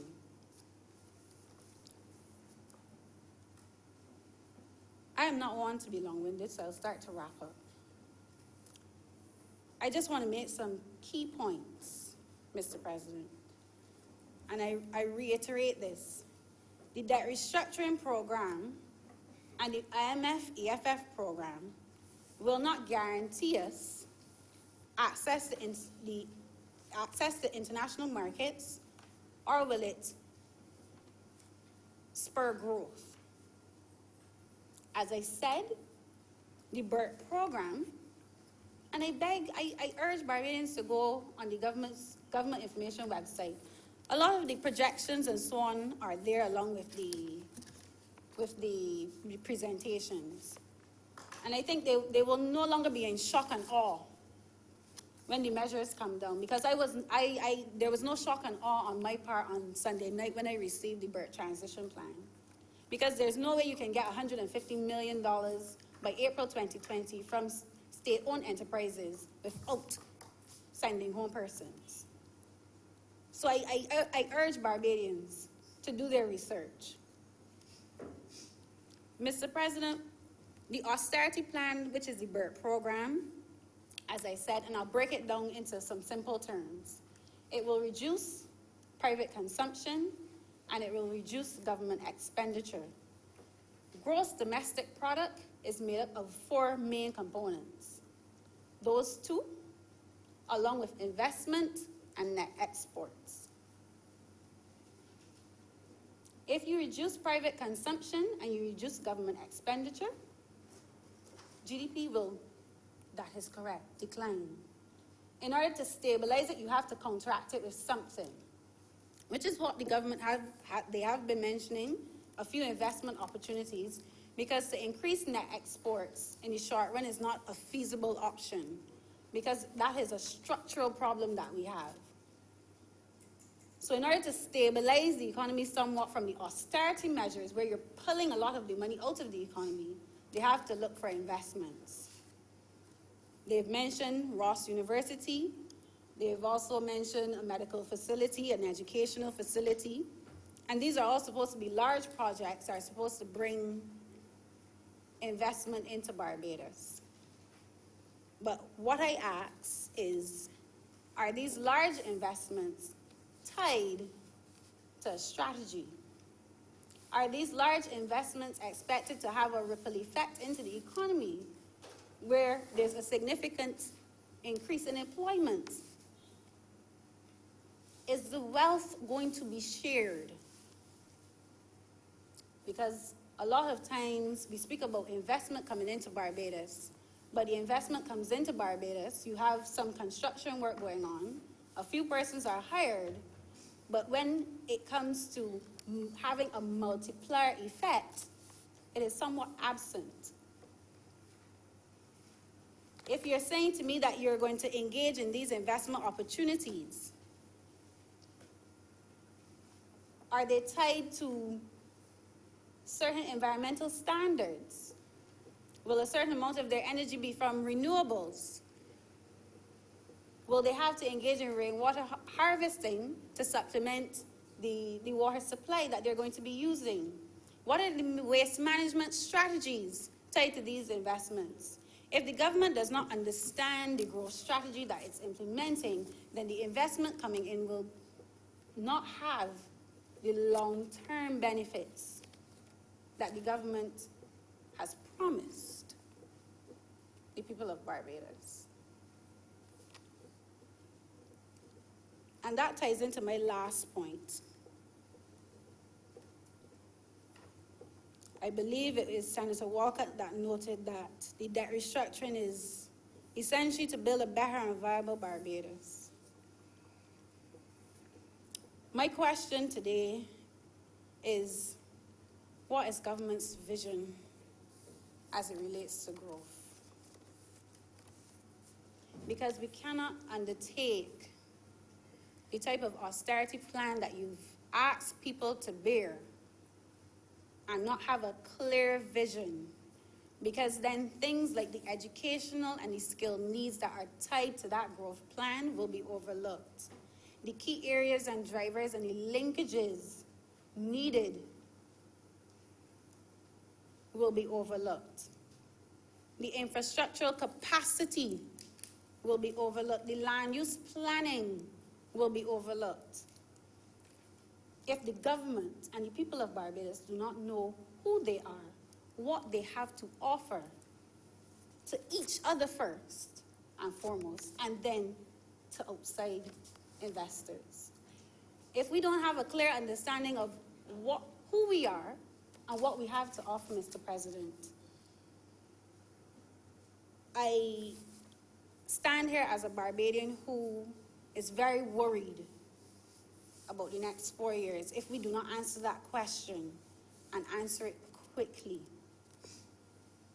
Because that type of conversation needs to happen. And as I said, there's no magic one no to fix what we've signed on to. I urge Barbadians to look at the case study of Jamaica. Those of you that have been to Jamaica see the type of poverty that exists in Jamaica. Rushing will not get us to a place where there is sustainable growth. Understanding the baselines, conducting the right studies, taking our time to understand what the policy implications are. A lot of people think economics is about money and the study of money. And that's not necessarily true, Mr. President. Economics is actually a study of human behavior. What they then do with the money is how we articulate it through different theories and models. In order to study human behavior, you can't hit a human being with 5 and 6 and 7 things all at once. Because the output or the result, you have no idea which variable they're responding to. So all I ask this afternoon is that government slows down and it takes its time. Mr. President, I'm obliged to you.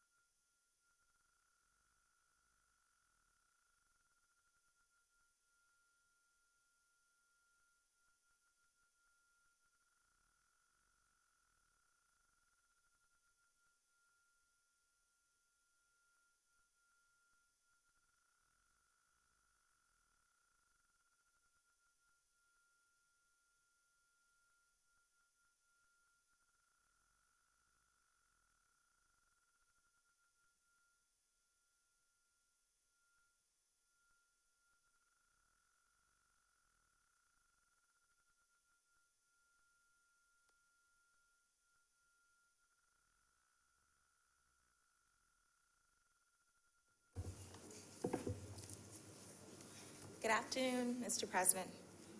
I rise this afternoon to lend my voice in support of the bill before us.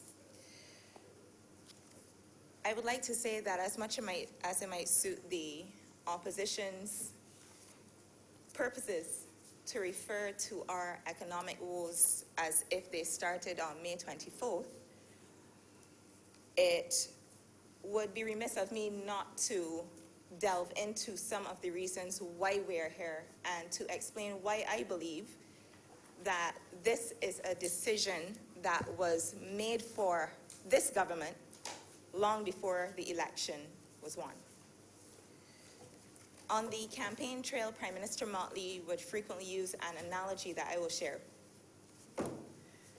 She referenced that the then Prime Minister picked up the phone, made an appointment to meet with Christine Lagarde of the IMF, booked his flight, drove down to Grantley Adams, flew to Miami, flew from Miami to DC, got in front of the IMF's building, got into the elevator, got to Madame Lagarde's floor, knocked at the door, sat in her office, and then kept his mouth shut.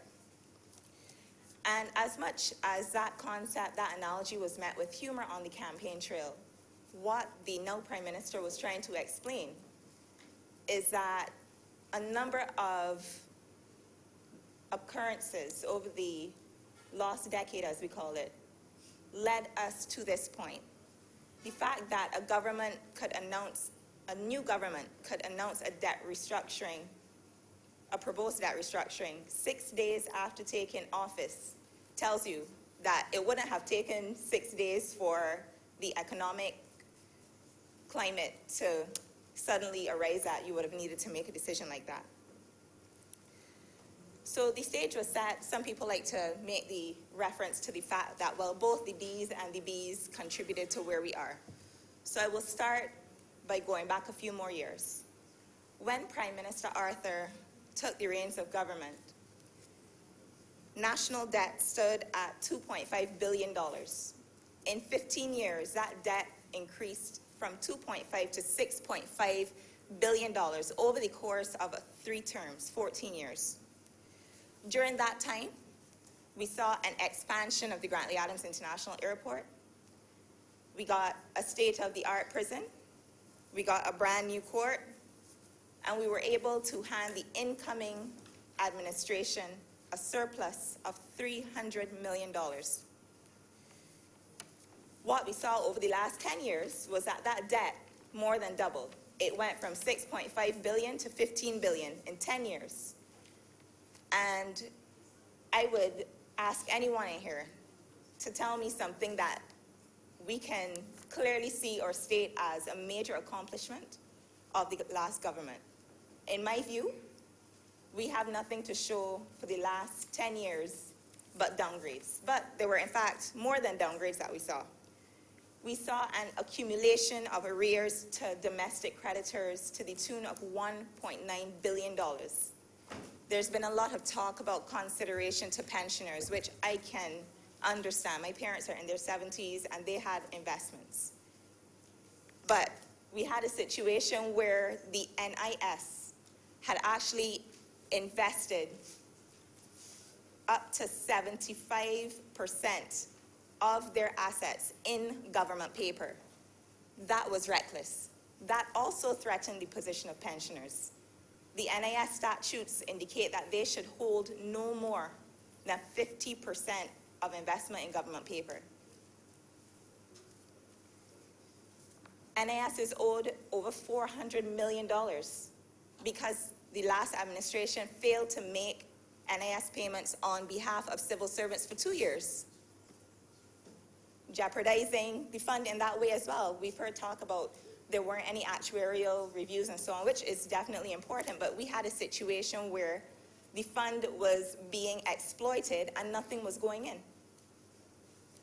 Private sector entities are owed over $200 million. These are businesses that could help to employ Barbadians. We have debts to suppliers, including suppliers to the QEH. Suppliers including companies, major companies, pharmaceutical suppliers. The Transport Board owes multiples of millions of dollars to a firm that would have done a significant volume of work for them. So the recklessness that we saw and the level of indebtedness had a direct impact on the ability of the private sector to maintain their operations and therefore to also offer employment as well.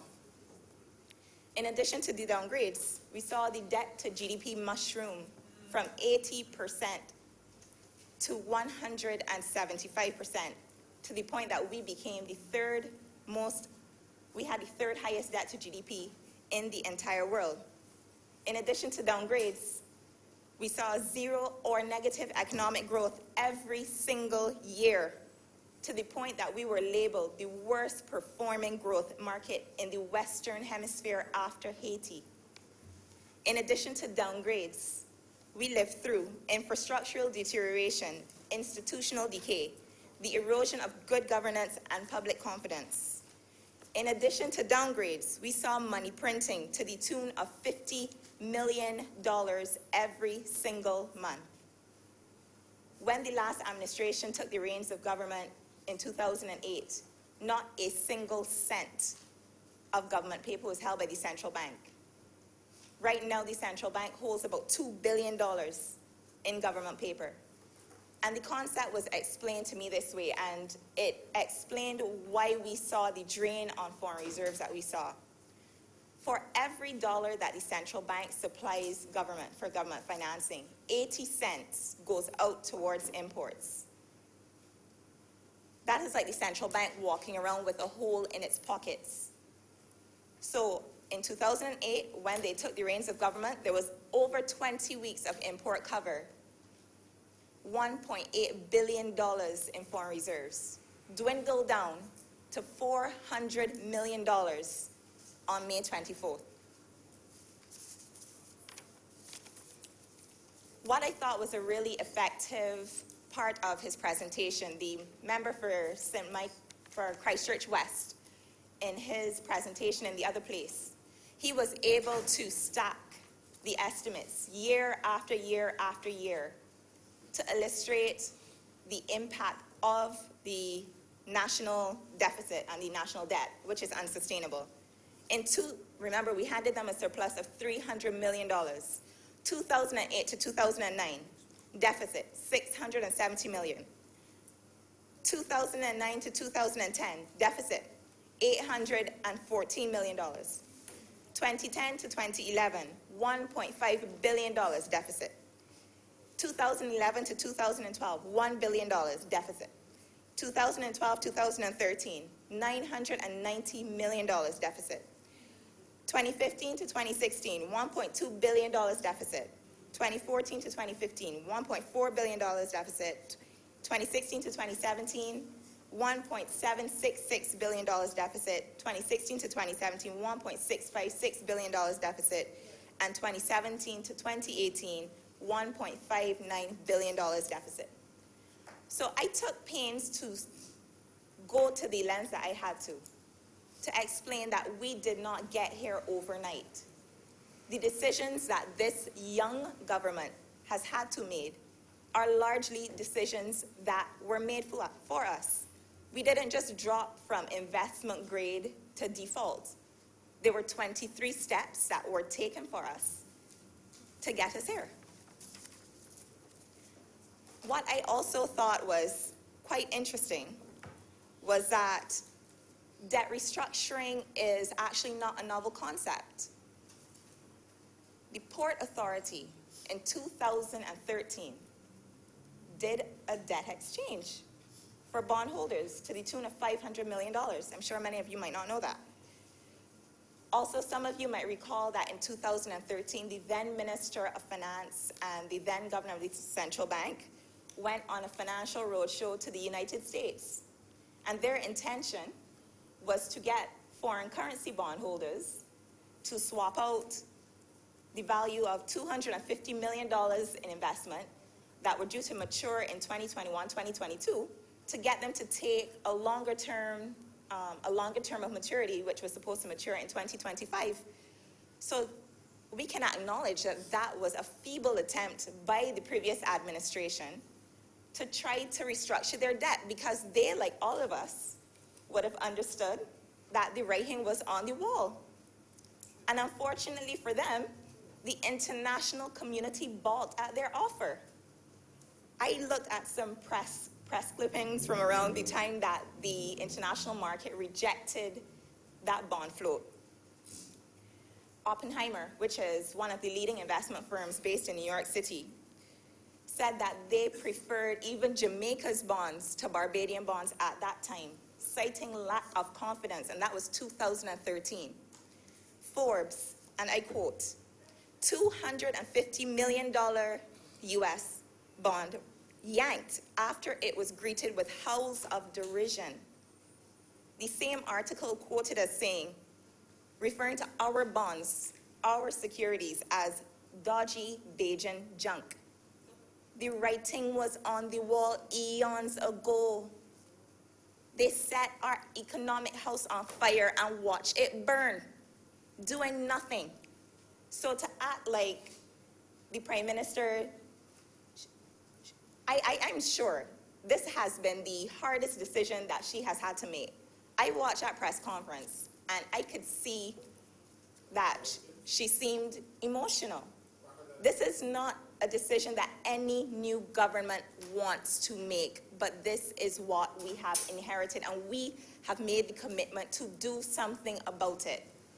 Do you know what was happening in 2013 around the time that we had that failed bond issue? Our neighbors were restructuring their debt. And Senator Drake's made reference to Jamaica, but I'm going to give a few more examples. Grenada. They went through a debt restructuring in 2012, it was. And at the time, their debt to GDP was 108%. Our debt to GDP is 175% now. So consider, they did a debt restructuring at a much lower threshold, 108%.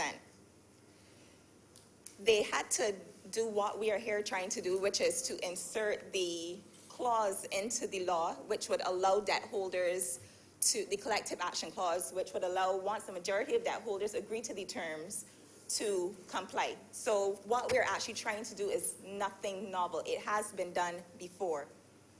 In Grenada, we saw a situation where 100% of EC bondholders accepted the debt exchange. 94% of US dollar bondholders agreed to the terms of the debt exchange. Do you know what the terms of their debt exchange were? Much harsher than what we're dealing with here today. I already explained, our investors are getting 100% of their principal back. You're taking, at the time of maturity of the bond, 75% of your interest you're getting in hand. They took a 50% haircut on principal. Half of what they put in, they lost altogether, and had 100% compliance, and 94% of their foreign investors still came on board. Do you know where Grenada is today? Grenada ended 2017. Their debt to GDP reduced from 108% to 72%. Economic growth of 4.5%. Growth is a term we have not heard in this country for 10 years. Senator Holder is explaining to me that Grenada is actually recording 5% economic growth. Debt restructuring works. Another example for you. St. Kitts undertook debt restructuring in 2012 when their debt to GDP was 149%. Once again, investors took a deep haircut, 50% loss on principal. Their debt swap saw 96.8% acceptance, and St. Kitts is now the only country in the Eastern Caribbean to have a debt to GDP ratio at benchmark, which is 60%.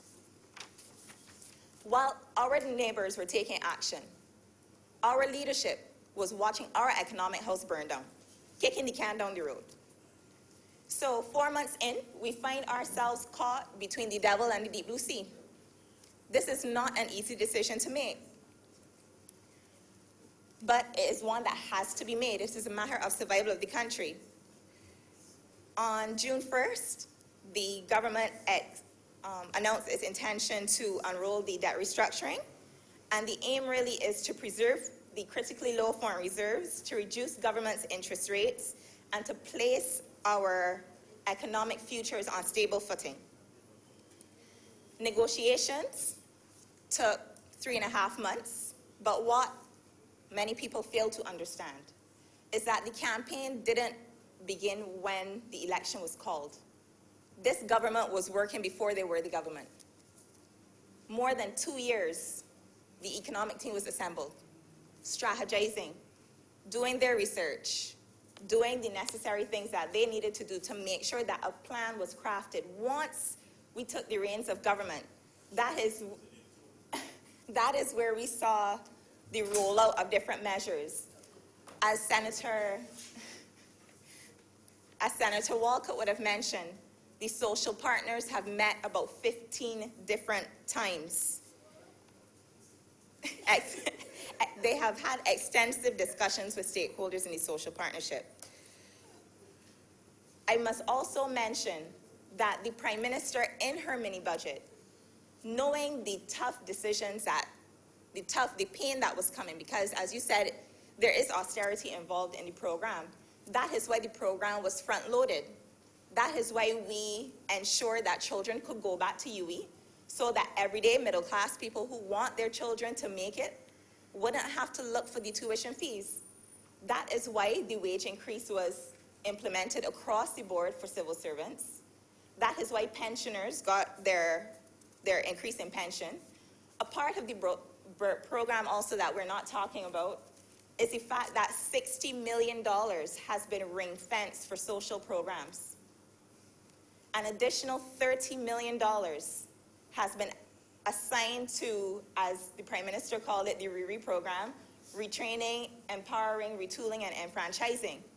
Because we understand that even the displaced people should have the option of equipping themselves so that when the economic growth comes, they can be positioned for employment. Perhaps in the private sector, some person who's been a typist, let's say for 15 years, might have the opportunity to do medical transcription when the hospital has their electronic medical record system. I understand that the legal fraternity as well is looking to have electronic records. So there will be opportunities for displaced persons to be reemployed or to find employment in the private sector. And we're making sure that those people are equipped so that when the opportunity comes, that they're prepared. But even so, Prime Minister Motley has indicated that when you leave, you will leave with a check in your hand. It's not like the last time when people got sent home and got sent before a tribunal that did not exist. It is a difficult decision, but at the same time, there has been an effort to buttress the plans with protections for people who will be affected. The sovereign debt restructuring is expected to reduce our interest payments on debt to the tune of $500 million. Currently, 1/3 of all of government's revenues goes towards paying interest on debt. We'll be able to reduce that from about $700 million to around $200 million, and that will be a savings on a recurring basis. The sovereign debt restructuring allows the government to eliminate arrears, including arrears to individuals, taxpayers that are owed income tax, companies that are owed VAT returns. All of that will do well to actually stimulating the private sector as well, because companies who were owed and found themselves cash-strapped will get cash back in hand to reinvest in their companies, to rehire, and to mobilize people who need work. I look forward to the debt to the QEH's suppliers being cleared so that the patients who are accessing care there no longer have to worry about having a surgery postponed or not being able to have medication at the pharmacy. All of these are opportunities that will be opened up through the restructuring exercise. Not only that, the debt restructuring restores confidence. We saw how a loss of confidence impacted us because the last administration unfortunately, failed to do anything about the situation and just continued to kick the can down the road. We saw a situation where commercial banks and other financial institutions lost their appetite for buying government paper. So many of the banks actually failed to invest in longer-term government securities and developed a greater appetite for short-term securities because they were seeing the writing on the wall and they were saying, no, we don't want to get caught holding a whole set of government paper. But when the government realized that was happening, do you know what they did? They forced them to hold more. So the middle of last year, banks and financial institutions only had to hold about 10% of their domestic deposits in government paper. They tinkered with it in December 2017, increasing it to 18%. By January, they increased it to 20%. So here are financial institutions who are doing their checks and balances and have their actuarial reviews and so on, saying, we don't have an appetite for this kind of investment. And the government of the day legislated that they had to hold X amount of paper, likely with the knowledge that the bonds and the government paper, they would not have been able to fulfill the commitments to investors. We saw a situation in 2015, because it would be remiss of me not to mention the last administration for 5 years was unable to borrow on the international market. So as much as we talk about, well, the IMF is the only person we could borrow from, it's the only person we could have borrowed from for at least 5 years, because the downgrades took us to the point where nobody wanted, it was too high risk. Nobody wanted to invest in Barbados. You all would remember the Credit Suisse loan. It started out with a 6% interest rate. And with every successive downgrade, the interest rate increased to the point of being 11% because of something known as an escalation clause. Because of our failure, their failure to do what they had to do, the downgrades that didn't matter came with a higher interest cost. We can borrow from the IMF at rates of 1 to 2% as compared to 11%, which were the kind of rates that we would have been eligible for with our credit rating under the last administration. So imagine, they could not borrow on the international market. Local banks and financial institutions had no appetite for government paper. What do? They launch a glossy program to encourage everyday people to invest in bonds. And y'all might remember as well as I do, we saw TV personalities, radio announcers, all kinds of people, videos. I actually remember watching one particular video where the then governor of the central bank explained, well, government bonds, investing in bonds is nothing new. We're just making it more sexy. This was in 2015. It literally came 3 months after we had a triple-notch downgrade from Moody's.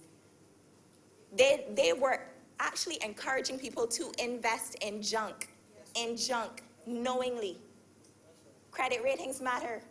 What they basically are telling investors, which would include the individuals that were buying the bonds, is that you are likely not to get a return on your investment. We cannot guarantee that the person who is lending to you, that you're giving your money to, will be able to repay when the time comes.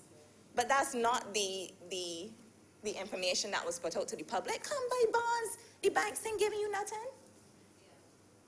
Because you would recall that they deregulated the minimum interest on savings for banks. And that happened to coincide then with the launch of this sexy bond program. So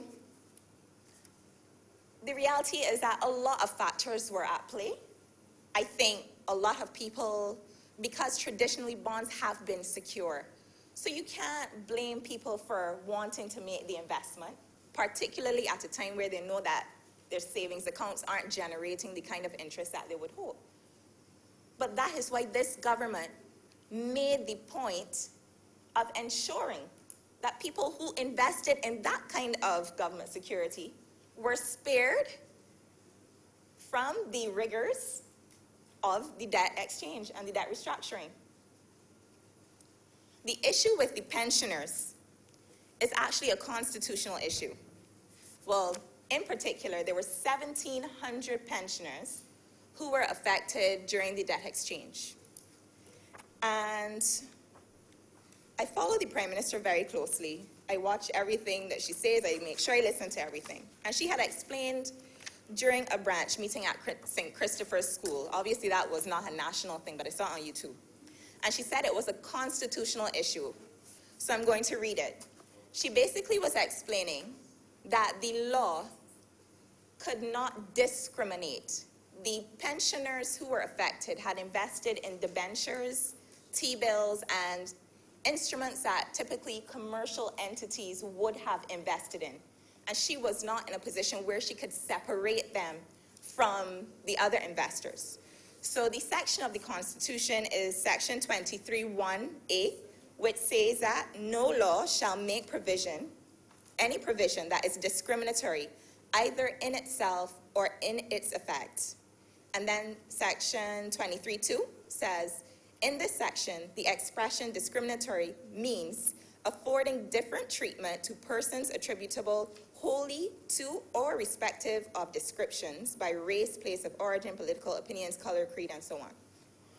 So they could not separate the pensioners who had invested in that kind of government security from the commercial entities that would have invested. But she has made a commitment, and I'm sure that she will follow through on ensuring that for the persons who have indicated that it is an issue for them, that there will be some kind of remedy offered.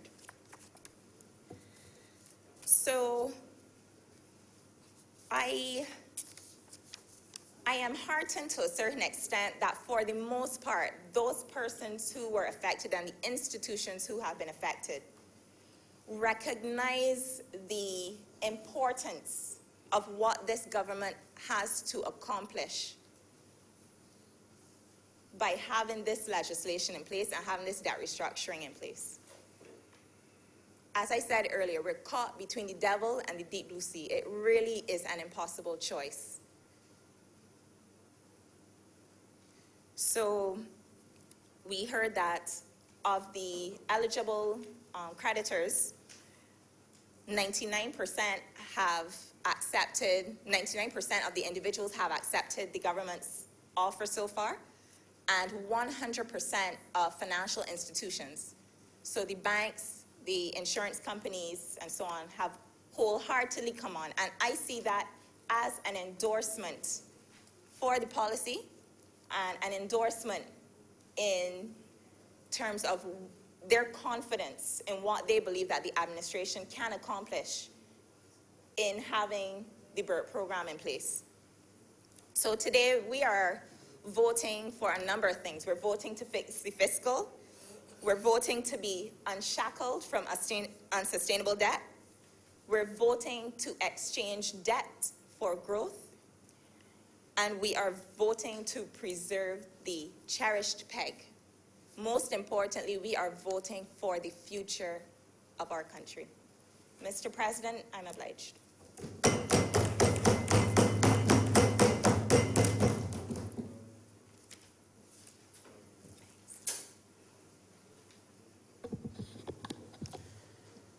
Thank you, Mr. President. No one relishes the task of putting our financial house in order, and I think when I listened carefully to Senator Franklin's presentation earlier, I discerned one common area, I think, of understanding and agreement, is that nobody intends to be crucified on a cross of debt. I'm paraphrasing a U.S. politician from the last century there. That's the ultimate objective, right? We do not want to be crucified on this cross of debt that Senator Haynes so eloquently explained how it came to be built and how we came to be suspended from it. Now, the arithmetic on any plan around solving that is in the hands of economic advisors, in contrast, I think, to Senator Franklin, at least, that I consider to be very able, world-class. One is on secondment from the World Bank.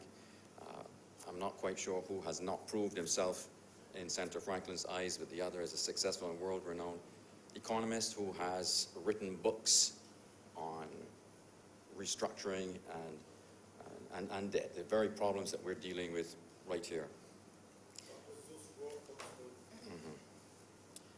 But the human cost is something different. And Senator Drake's offered one definition of economics, and I'll offer another one from the very first textbook that I took, that I studied when I read economics, and it was, how do you satisfy unlimited wants with limited resources?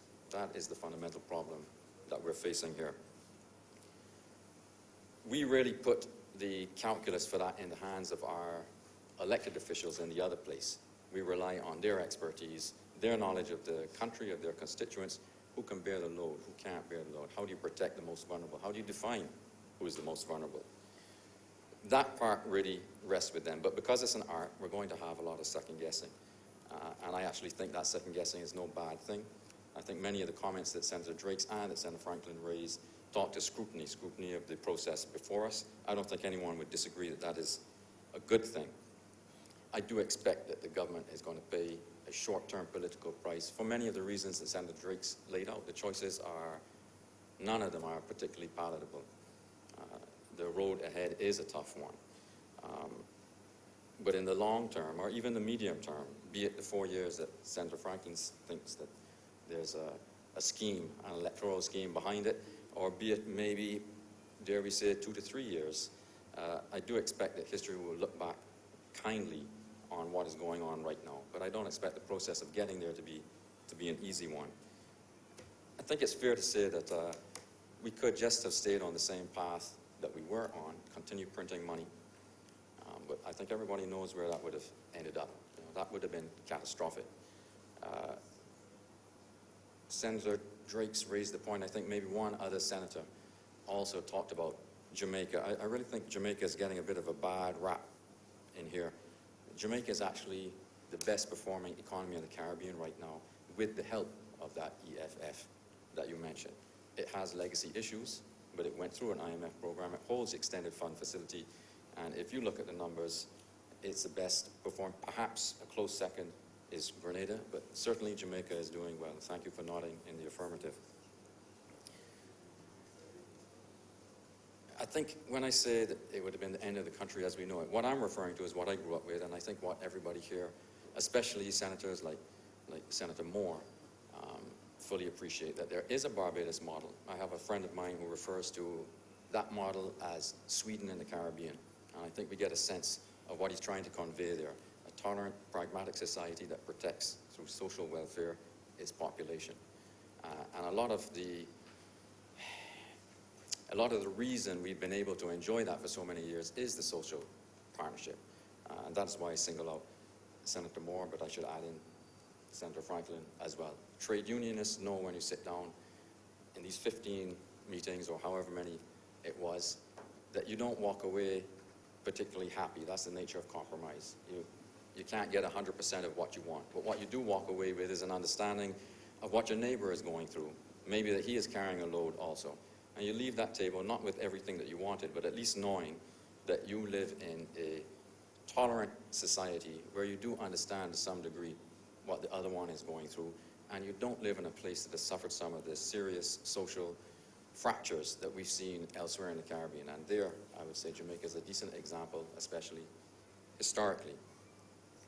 Now, I say all of that to say this, that the government, in bringing this type of act, is not just looking to solve one problem. This is part of a larger mission, and it is the restoration of what we're calling the Barbados model.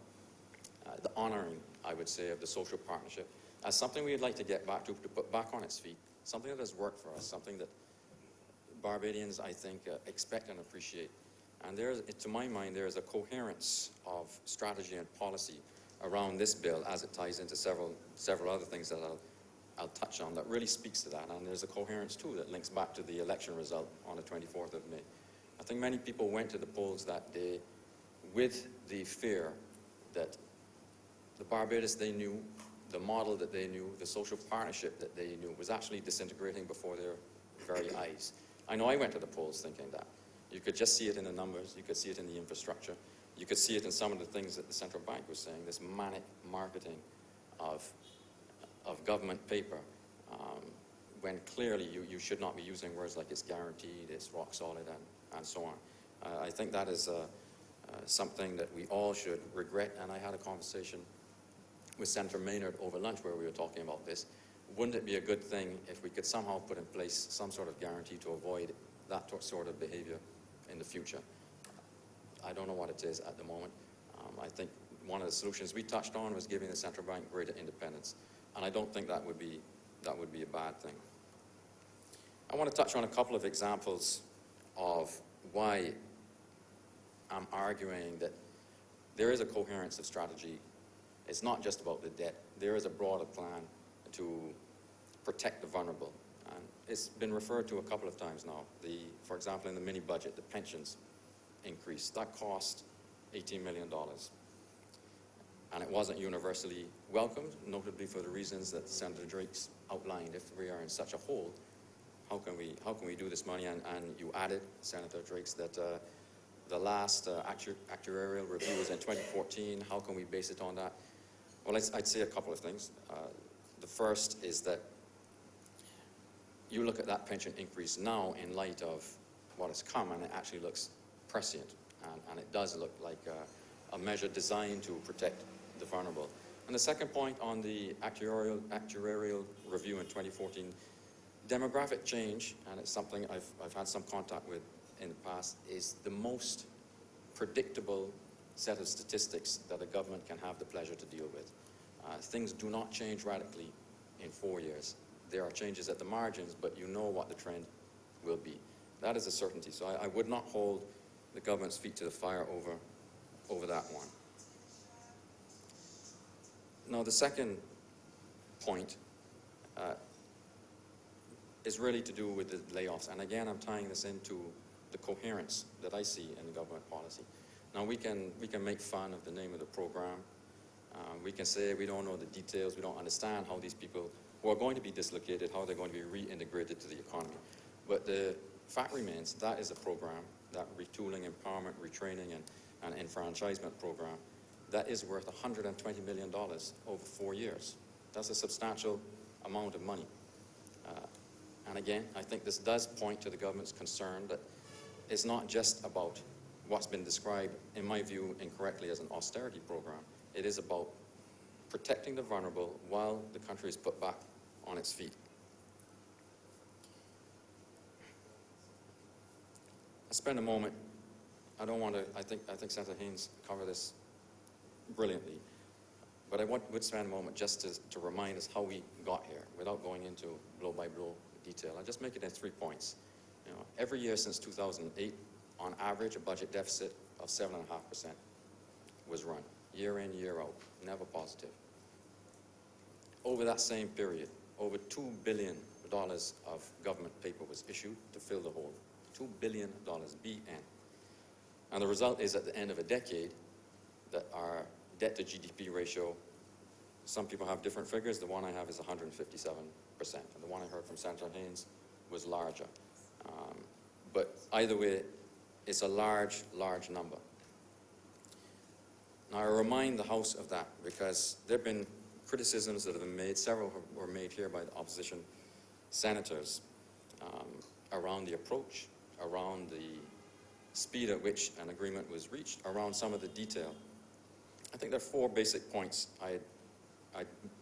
One of them is a comment, the other 3 are really rebuttals.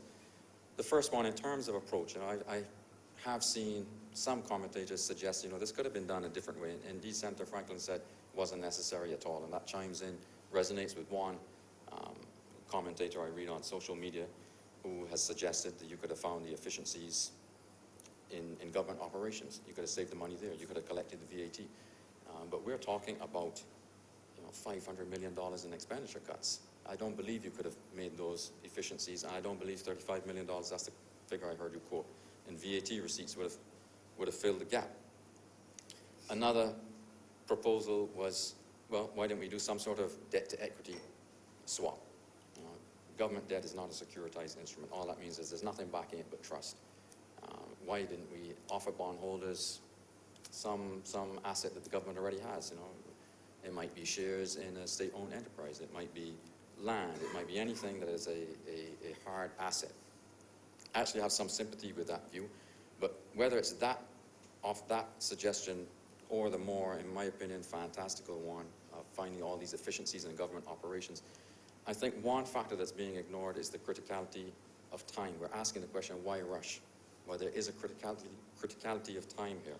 You know, if you want to negotiate something like a debt to equity swap, that takes a lot of time. You have to go and work out just how much is the bond worth, what are the assets that you can switch into it. It's just not feasible. Now, we're asking ourselves, what is too little or too much time? Do you really want to gamble on a number there when your foreign reserves for 10 straight years have been going down, punctuated by increases where some state asset has been sold? But really a very strong downward trend all the way down to 5 or 6 weeks, I think, at the time of the election. You cannot gamble on time turning in your favor in those circumstances. That's my strong opinion. Of course, I've seen it before as an investor, but not at the government level, except in certain case studies. And I want to turn to those specifically. Senator Drake's mentioned serious implications of unilateral action. And serious implications, I think I'm quoting you directly. The unilateral action I'll comment on in a second. I would like to have heard what the serious implications are, because I too found a working IMF working paper called Sovereign Debt Restructuring. It's WP 12-203, which is the reference. I don't know if that needs to be noted somewhere. And that working paper looked at 186 debt restructures between 1950 and 2010.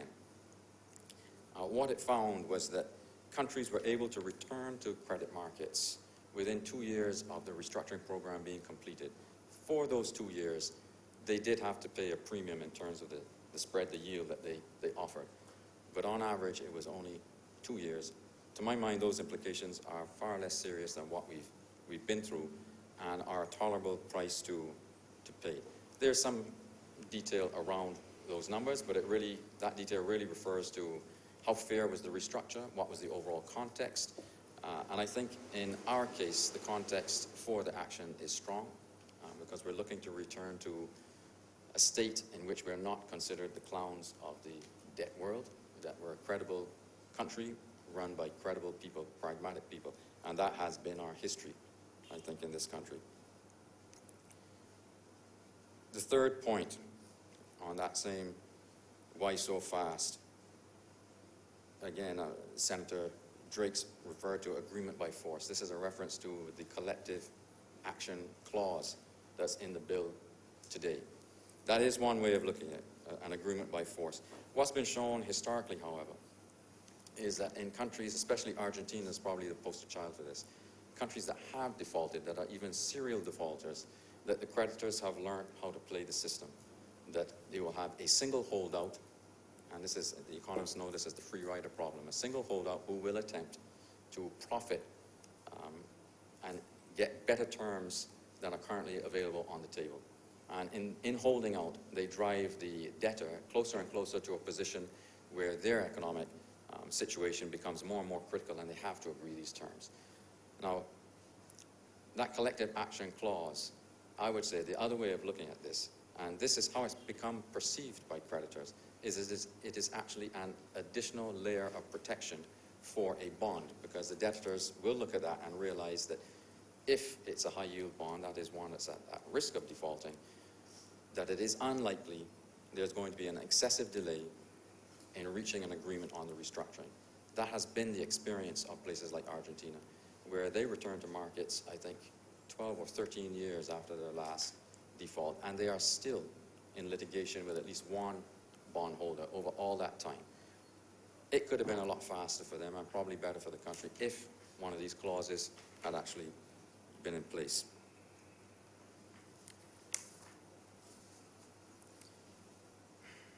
Now again, I'm going to echo what Senator Haynes said to some degree, that despite our catastrophic position, despite some of the challenges and the choices we're going to have to make, we've got an agreement here, an act before us that will return all principal to creditors and pay some interest. Not what they wanted, but it's actually the type of deal that when I refer to that IMF working paper in the context and the quest to become credible again, really matches us to a T. If we execute on this, we get back to a position where we can once again return to the debt markets if required. I think, having said that, that the execution part is not easy, and that's been recognized everywhere here. The calculus that the government is facing is how do you get to a position of having a debt load that's sustainable and at the same time make sure you haven't destabilized your financial sector. And if I focus on the financial sector, it's only that if that does become destabilized, the knock-on effect, the societal knock-on effect becomes very, very profound and difficult to contain. So how do you do that? And in our financial sector, you're really talking about two groups in particular. That's the commercial banks, who hold about 23% of the debt, and the NIS, which holds 43%, and not by choice. That, again, I'm echoing Senator Haynes, that has been a consequence of choices made in the past and not choices made by the current administration. So how do you achieve that and at the same time maintain the dollar peg? Which, by the way, is probably one of our critical things that has to be done. Well, in the case of the banks, you're probably okay. Senator Walcott mentioned at the outset that stress tests were done. This echoes, again, the Jamaica experience, where they set up something called the Financial Sector Support Fund. And the banks, probably even without that stress test, you could have looked at their accounts, particularly their balance sheets. You see they're rock solid. They will lose money, but it's not a life-threatening experience.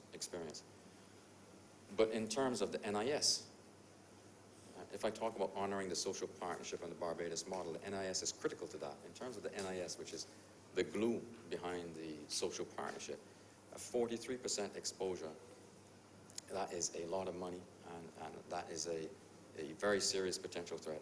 Again, Senator Haynes mentioned the arrears, the employment arrears that the government owes to the NIS, $416 million. That is going to be repaid, half in cash, half in bonds. That's a step in the right direction. But if there's one example I'd hold up of why this bill is so critical, why it has to pass today, it is that we can fix the NIS definitively. Senator Driggs, again, had a lot of questions on how you might do this, how it can be achieved, what the detail behind it. I'm pretty sure that will be forthcoming. But this is a prerequisite to getting to that stage. We have to, if it's capsized, we have to at least right it before we can put the sail back up on it again. It might be a fix to the NIS, it might be some sort of successor fund, but that part, to fix that, is absolutely critical. I want to come close to finishing now just with a few words on growth. Again, this was something that more than one commentator in this chamber and elsewhere has had comments about. I saw one in the public domain which said, well, it's great if you fix the debt, I can understand that, but what about growth? Tell us about growth. Well, this is a prerequisite to growth. You know, growth typically comes from three sources. The first is what economists and financiers refer to as capital accumulation or capital formation. That's basically profits. It might be things like foreign direct investment. A second source typically is productivity. Historically, that's been things like in the United States, the development of canals, the transportation revolution, steam engine, trains, and more recently it might be communications revolution, telephones, radio, internet. Those are sources of productivity. And the last one is increases in employment and labor participation, or in the number of hours worked. Those are sources of growth that increase the real value of the goods and services produced in an economy. But without the public finances being on a sound footing, it's very difficult for those to fire on all cylinders. I'd say it's impossible for all three to fire on all cylinders. It's clear they're interwoven. You know, a program like the government's road rehabilitation scheme, $100 million, well, that clearly is going to increase employment and it's a source of growth. Productivity, any sorts of gains in productivity, whether Senator McConney is not here, but her entire ministry is dedicated to finding those sources of productivity. That'll increase profit. That ties in directly with capital formation, having a mass of capital that can be deployed and redeployed to drive growth. But the key thing is, and this is what you derive from setting the public finances on a sound footing. The key thing that this bill will unlock is confidence. And that's confidence with a capital C, maybe even capitalized all the way across. Confidence. Without this bill, you're not going to be able to make investors confident. When you go back to debt markets, without confidence, you won't be in that range that the IMF working paper I cited refers to. Confidence is absolutely key. And I'd add to that the multiplier effect, the ripple effect, that is where I would expect to see it come into play. If you settle for public finances, you manage to get them on an even keel. I mean, the target is to get down to 60%, the debt to GDP ratio of 60%. And alongside that, you protect the vulnerable. You have a capital works program like the road rehabilitation plan. It's clear that you're on the right path. But it is a journey. It's not a light switch. It's not instantaneous. But the journey has begun. There will be dislocation.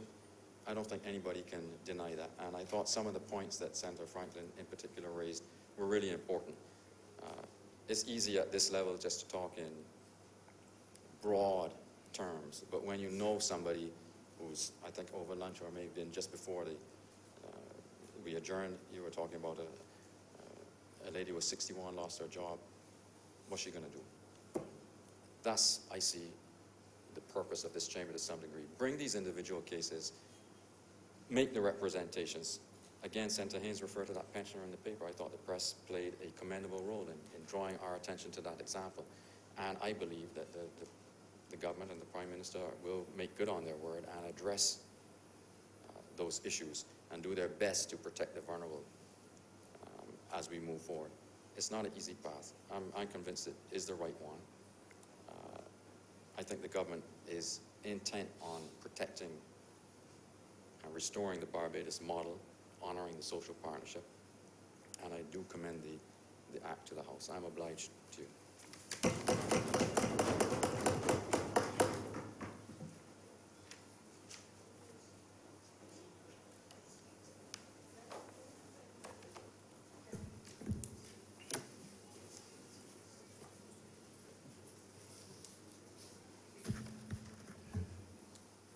Thank you, Mr. President.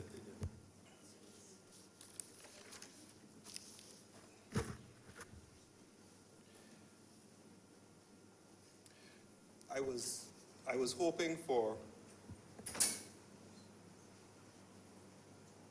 more contributions from the government side,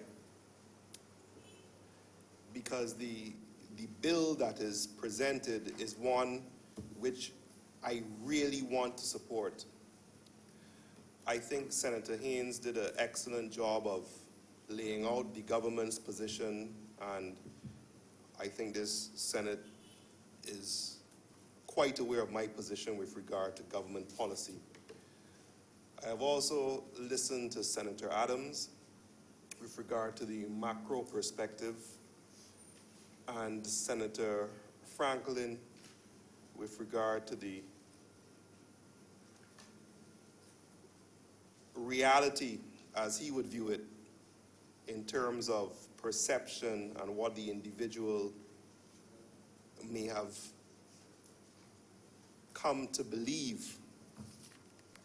I, however, have to single out my colleague, our colleague, Senator Drakes, for a very detailed presentation with regard to the factors which go into the assessment and the rationale, and I believe constructive criticism with regard to the government's position.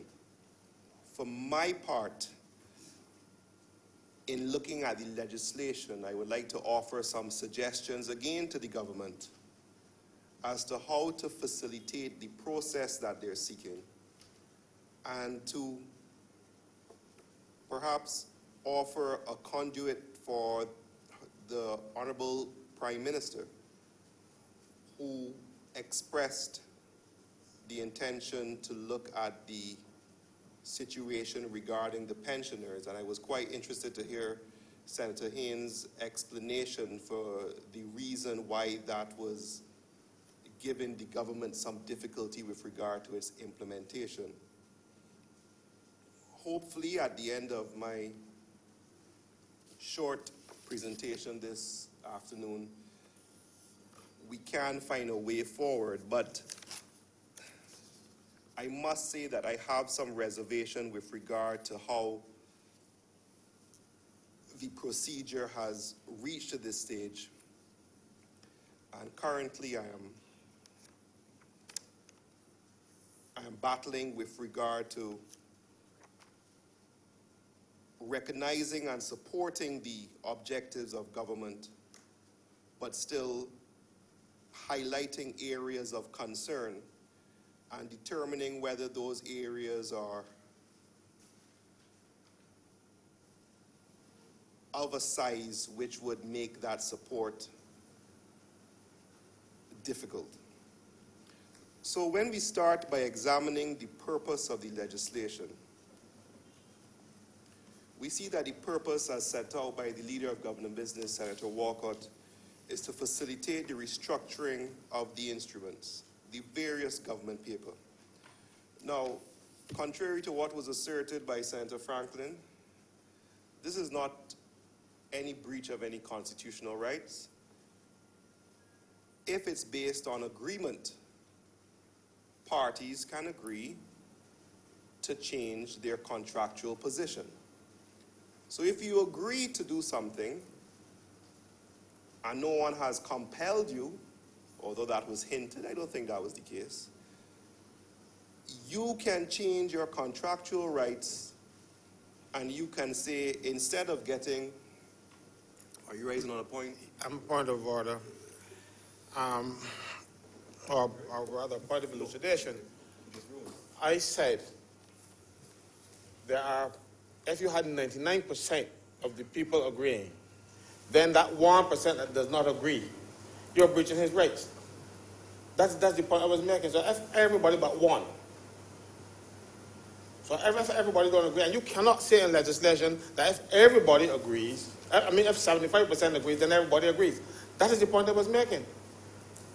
So you clarifying the point? Yeah, I hope that it would have clarified the point for you. Thank you. Thank you, Mr. President. So the purpose of the legislation is to facilitate a restructuring of the debt instruments. It is accepted that this can be done, and we were given evidence of it being done previously by both Senator Drakes and Senator Adams.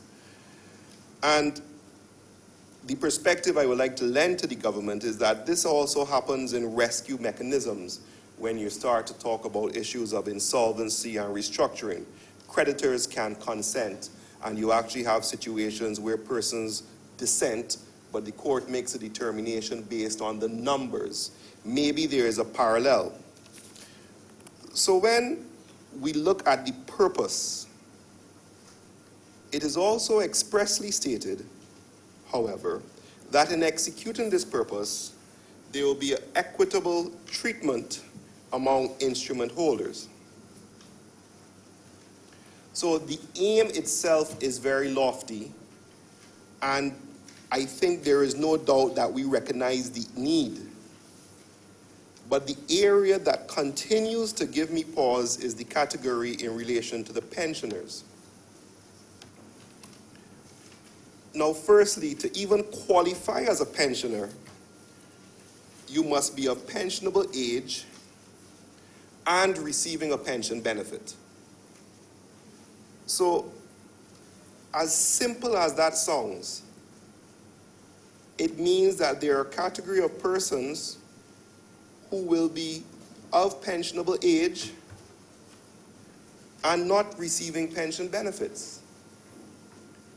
Pension benefits is defined under the Occupational Pensions Act, I believe, Pension Services Act, as quite simply pensions deriving from a pension fund established by an employer or some sort of pension fund. So I would have to assume that is the definition, because the definition is not stipulated in the bill. So if we take that as a test, and we recognize that not every Barbadian is entitled to a non-contributory pension because they may not have resided in Barbados for as long as necessary, you will have a category of persons who will be over the pensionable age, and let's take that as 67, but however, who are not receiving pension benefits. So you have these persons who will be treated as other individuals and subject to the more lengthy restriction with regard to which they have to wait before they start to receive any principal or interest payments. That is concerning.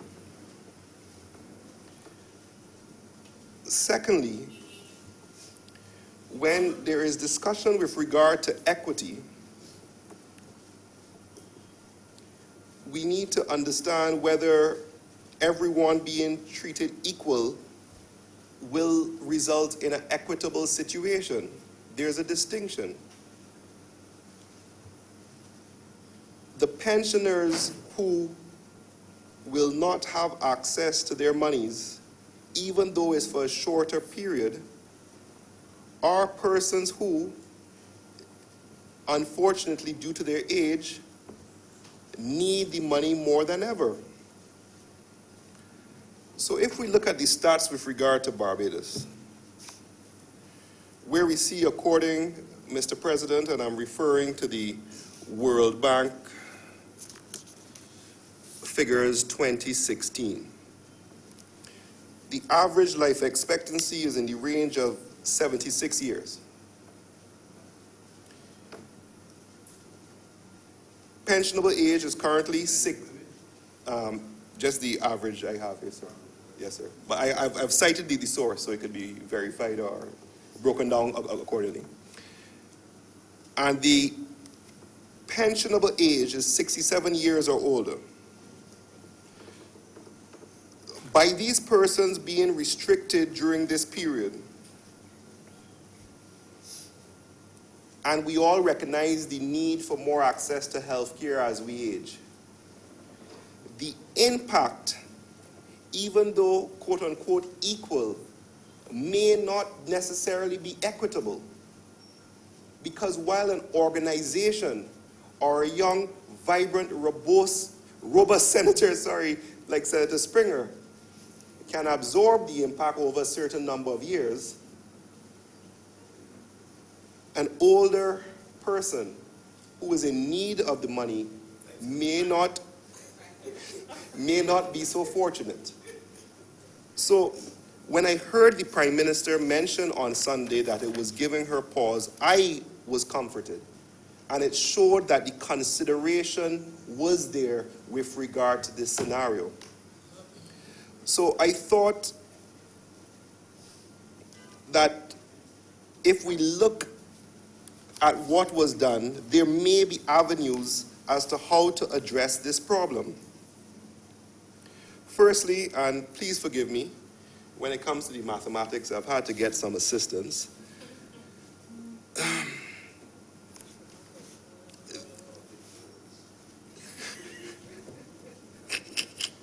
Now, out of the $11.9 billion in debt, approximately $1.2 billion is held by individuals. That's what we know. And of course, I hope Senator Drakes will rise to correct me if I am overstepping my boundaries. Now, without the detailed distribution of the composition of the debt held by these individuals, but we use the Barbados demographic information, that is, we know that 11.8% of the population is over 65 years old. That's what we know. Now, if this percentage is applied to the debt held by individuals, it works out to approximately $120 million. That's just individuals with regard to the debt. That is individuals over 65 years. Assuming the average rate of interest on the instruments held was in the region of 3 to 7% on all instruments, the costs you're looking at would be a payment of $3.5 million to $8 million. So if the government were minded to look back at the issue of the pensioners, my very rough lawyery, subject to as much correction by the technocrats as is necessary, suggests that the figure you're looking at to reduce the impact may not be as onerous as the full 120 million figure when you look at the complete individual holdings. Now, the proposed interest rate range for pensioners is in the region of 1% to 3.7%. Now, that is in excess of 50% reduction on the interest earned on some of these instruments. So again, we have persons who are at the stage where they need the income, suffering this hit, and being put in a scenario where until December 2019, they are unable to benefit from it. And the impact is what is really causing me concern. And this is a matter which affects my family personally. Now, the solution which I see is that the government can look at it in the context of a rescue mechanism. And the person and the purpose of rescue mechanism have been identified by our courts of ways of allowing solutions to be found which necessarily do not find themselves constricted by the relevant laws, even the laws such as equity or equality. And this is something which we would have had to have done quite recently in 2 recent restructurings undertaken with the support of the government. Mr. President, I would like to refer you to the authority which was cited with approval by our Court of Appeal in the British American case of Hitachi Plant Engineering versus Construction Co. and another versus Eltraco International. And this is a 2003 decision, and I believe it came out of Singapore, Singapore being one of the places that has the judicial management regime. And when they were considering the concept of a rescue mechanism, this is what the court said. Further, one has to remember that a scheme or arrangement is a corporate rescue mechanism. As with other corporate rescue mechanisms, such as judicial management, it seeks to rehabilitate the company or achieve a better realization of assets that possibly are liquidation. Such a rescue mechanism may need, in order to be effective, to discriminate amongst creditors, for example, by repaying bigger creditors proportionately less than smaller creditors are repaid. So the law does recognize that in certain circumstances, and we have dealt with this, sir, when you are doing rescue mechanisms, you do not need to hold too tightly to the strictures of following a certain line. What they would look at the end of the day is the overall impact and to be effective in its solution. I think the government, if it goes back with the support of the technical officers, will be able to find and review the legal authorities a mechanism which would put the Prime Minister's mind at ease in relation to the treatment of the pensioners.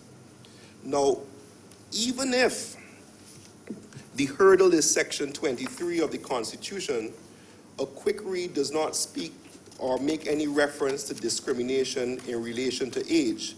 Now, that could be interpreted. However, we have modified the Constitution since we have been in this hollow chamber, and there are specific sections which could be added on to persons where Section 23 does not apply. We can fix this if the government is so minded, sir. We can give the Prime Minister the comfort and support that she needs to take care of the pensioners in this country. Now, a more practical solution outside of legal interpretation and fancy laws they like to tell us in court would be to ensure that pensioners who fall within the category to be impacted, well, first of all, my recommendation would be to look at the definition which currently stands of pensioners being of pensionable age and receiving pension benefits. I believe that in of itself is discriminatory. It should be limited to the age in terms in relation to the individual. But can there be some form of a hardship panel or access funds made available to these individuals, to persons who are in need of money, who expected to get money, who fall within this category? And should this panel just be restricted to individuals over a certain age, or any individuals who are in need? If a person can show that they hold government paper, but because of some family emergency, which is not limited in its scope, there should be some discretion for the government to provide assistance. That is the type of coverage which will make this bill one that you could support wholeheartedly without question. Secondly, I would urge the government to go on a rapid fix-it tour with regard to its commercial lenders. You have the resources of Senator Adams and the other senators who are involved in this process. The confidence with regard to the treatment of the government paper being sacrosanct once again, and we've heard the statements from the IMF rep locally. Yes, it's going to come back, that's what they say, but let's start that process now. All these factors, I rise to say, sir, that we understand why this bill is before us. My concern, however, lies with the fact, with the paucity of government senators here in support of it today, which gives me some concern, and two, with the concern expressed by our Honourable Prime Minister in relation to the pensioners. I hope I have been able to provide some avenues by which those concerns can be addressed and to help to provide a solution to these persons who are the most vulnerable in our society. With that, I close my contribution. Thank you, sir. I recognize Senator Nurse.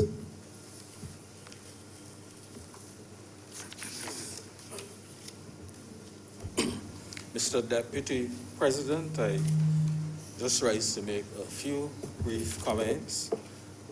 I, too, have my concerns regarding this bill in terms of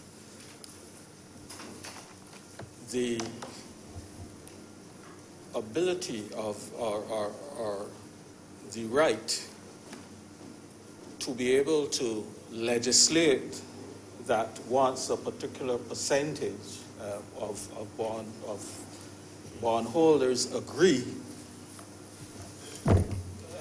to this offer, that it becomes binding on the entire group. I will leave, of course, the legal arguments for the lawyers, but I think it is a point that we need to explore a little more. Now, it may just be an academic discussion now at this point, because certainly from what the leader of government business has suggested to us, the central bank is in the process of counting and these acceptance, and they're up to 90% anyway. So, you know, it may be academic, but I think that we have to make the point that in circumstances like this,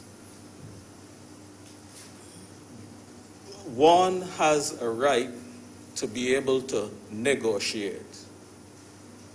And I think that more appropriate way of going about this whole restructuring would have been to at least negotiate with the bondholders. Now, there are pros and cons to such a process. It is likely that there would have been a give and take, and government may not have ended up getting the level of expense reduction that they were hoping to get. But at least you would have brought people on board through an agreed process. People would not believe or have in their mind that you have unilaterally changed a contract which bondholders had entered into in good faith, and and have always believed that where government has entered into a contract such as these, that they were bound by the arrangements, and that the only way they were going to be able to vary such arrangements is by some negotiation with the bondholders. My concern, though, is more for that group that we have been hearing a lot about over this debate so far, and that is the group called pensioners. Obviously, there's some difficulty, which we have heard in the definitions, and just to confuse it a little more, I can add that, for example, under the Withholding Tax Act, for example, pensioners are defined as people, pensioners 60 years and over. So even there's a different age category. And so that whole concept needs to be perhaps refined and those difficulties resolved. But I want to, as I said, speak more to the plight of the pensioners. I happen to be a member of the board of an association called the Barbados Association of Retired Persons. And, Mr. Deputy President, a number of those pensioners have approached me and have expressed their concern with this whole debt restructuring process. These are people, lots of them, who would have been retired civil servants, teachers, nurses, policemen, etc., who, on having received their gratuity on retirement, would have in good faith deposited it and invested in these government instruments. And it was merely to be able to find an avenue to supplement their income. Some of these, if you're talking about debenture holders, some of these debentures may have been issued over 10 years ago anyhow. So it is not to say that there were necessarily debentures that would have been recently issued. Treasury notes, for example, a similar kind of thing, although they have a 7-year tenor. But the point is that in a lot of cases, they would have been rolled over, and these pensioners would have been expecting that in their golden years, they would have been able to live a reasonably comfortable life. They would have been able to afford, perhaps, to pay for the medical expenses rather than being a burden on the government purse. Perhaps a little holiday occasionally, and they earned it. And they've earned it. And I think that whatever the difficulties are, government needs to find a way to treat to these pensioners and to alleviate their concerns. We have all seen, read, heard about individual situations. One individual, $157,000, another individual, $150,000, and many others who were expecting, in some cases as recently as the end of last month, to have been able to receive back Treasury bills, for example, that would have matured. And now they're being asked to wait an extended period of 15 years. Now, if you are a pensioner at the age of 85 or older, you probably have to start to make some provision in your will, because you may never be able to enjoy the use of all of that, of that money, or at least not all of it anyway. And most of pensioners would likely have invested in instruments such as treasury notes, debentures, because it provided that revenue flow, that income flow. And therefore, to have to find themselves now in this situation, it's going to be a hardship. A hardship for them because they may have been helping to send their children to university. They may be looking to be part of a health insurance plan, and we know that at the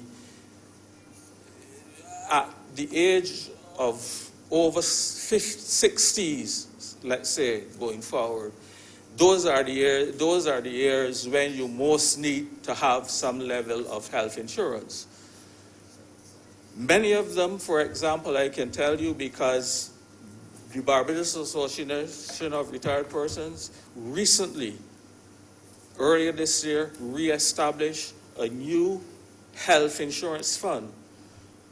And we have over 8,000 persons who have joined that fund and would have been obviously relying partly on their income to be able to pay their premiums on a monthly basis.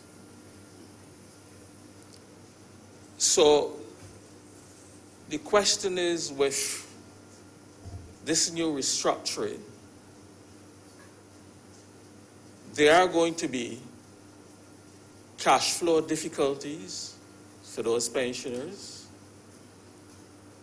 And if they can't pay their health insurances, then they perhaps will have to then rely on government services. So then they become a drain on the Queen Elizabeth Hospital services, on the polyclinics, etc., etc.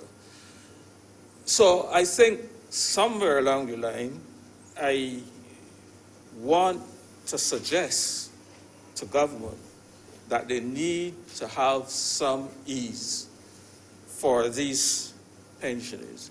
And I heard about the difficulties, the legal difficulties, but yet we were able to identify them as a class in this offer, and to offer them an exchange of Series A, exchange them for Series A bonds, which is slightly different from the offer to others. So I'm yet to understand, or I am confused, really, what is the difficulty now, or what is the difficulty that was foreseen then that couldn't have been solved, but yet we could still set apart a separate class for these pensions, a separate class of bond for these pensioners.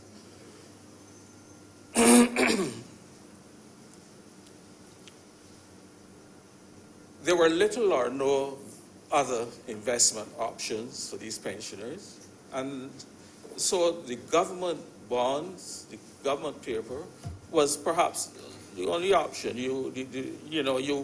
I have heard, for example, my president of the same Barbados Association of Retired Persons giving me a story where he got 45 cents or 75 cents in interest from the bank, but yet they charged him a $6 or $5 service fee. So in effect, you are getting net negative interest from the banks.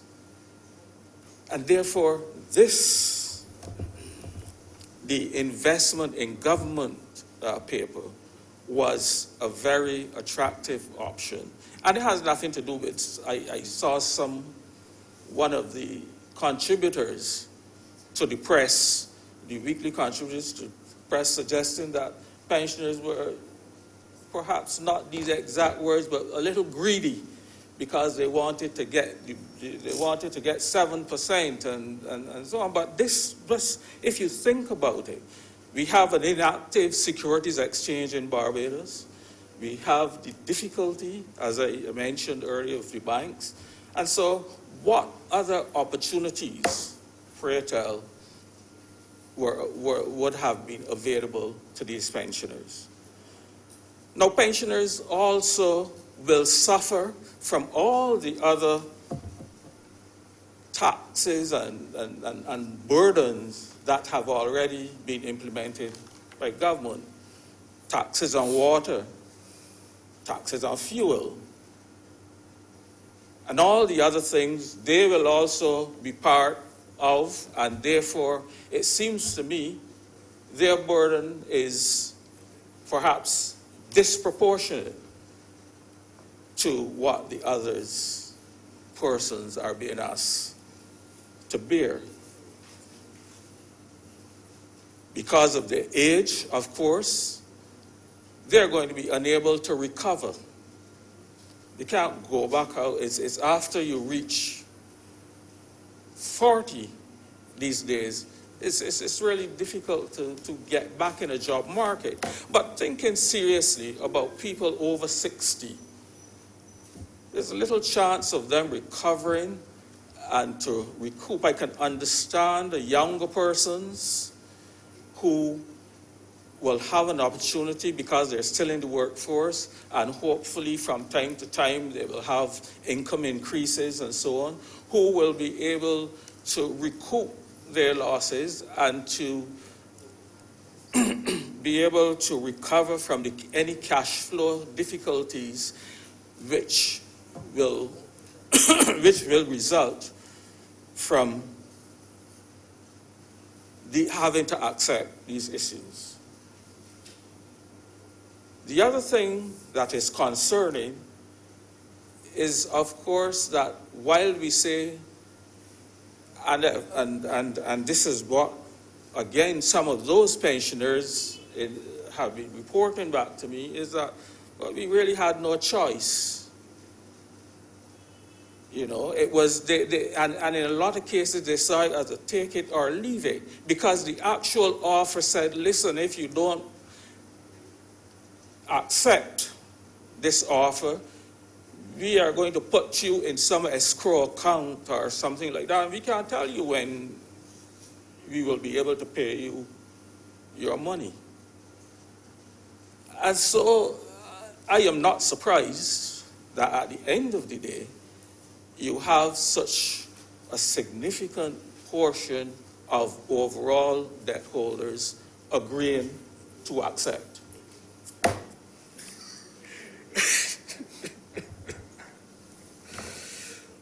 But just a few other comments, Mr. Deputy President. I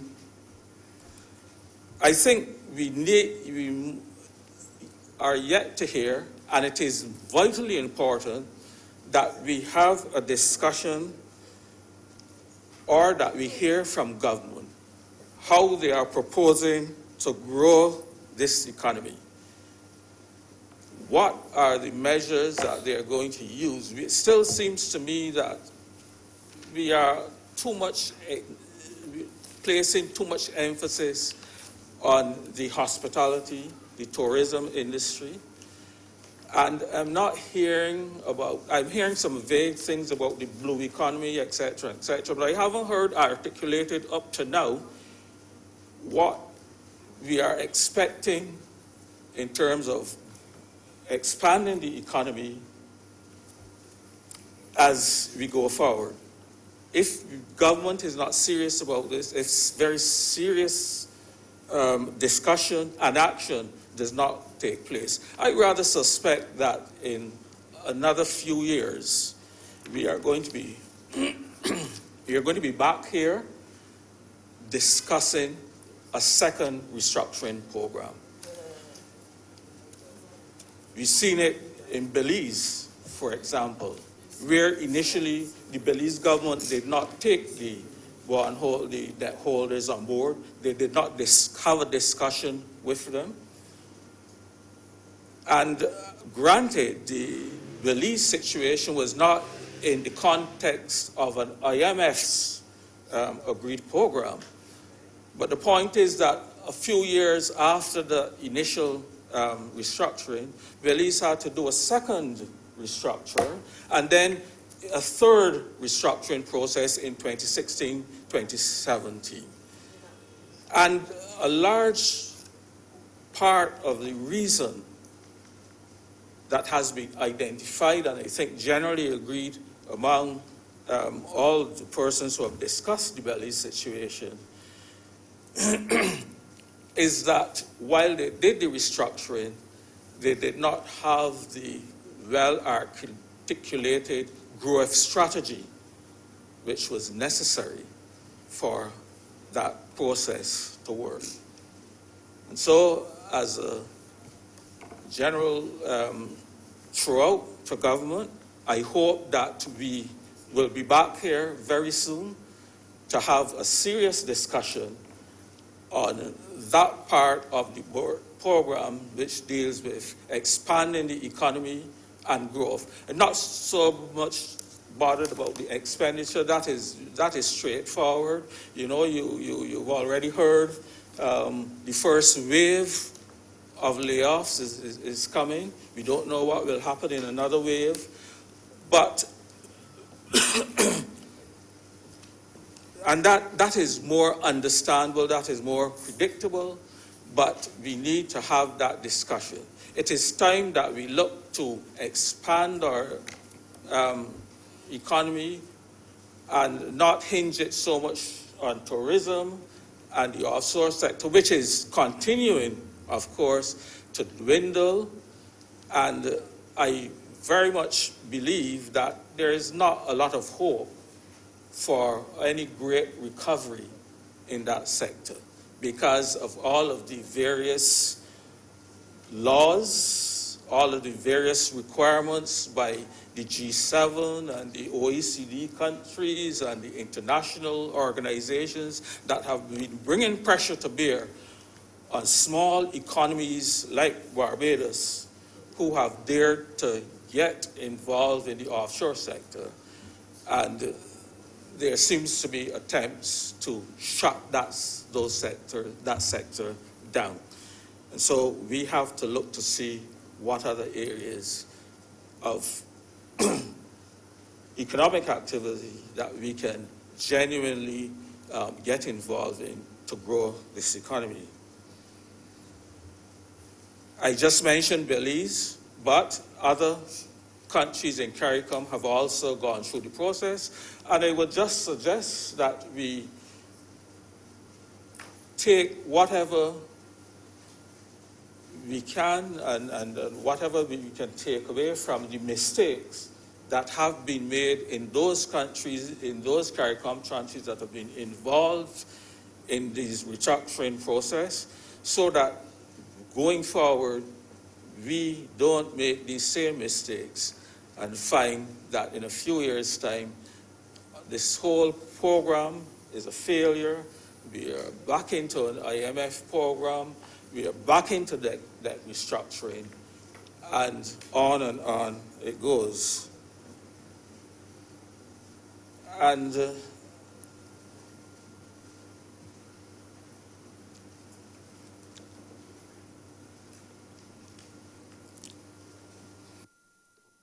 finally, I would just like to make the point that I don't know how long it will take for the level of confidence to return to the Barbados economy, where government may be able to dare to issue treasury notes or treasury bills or such similar instruments in the future.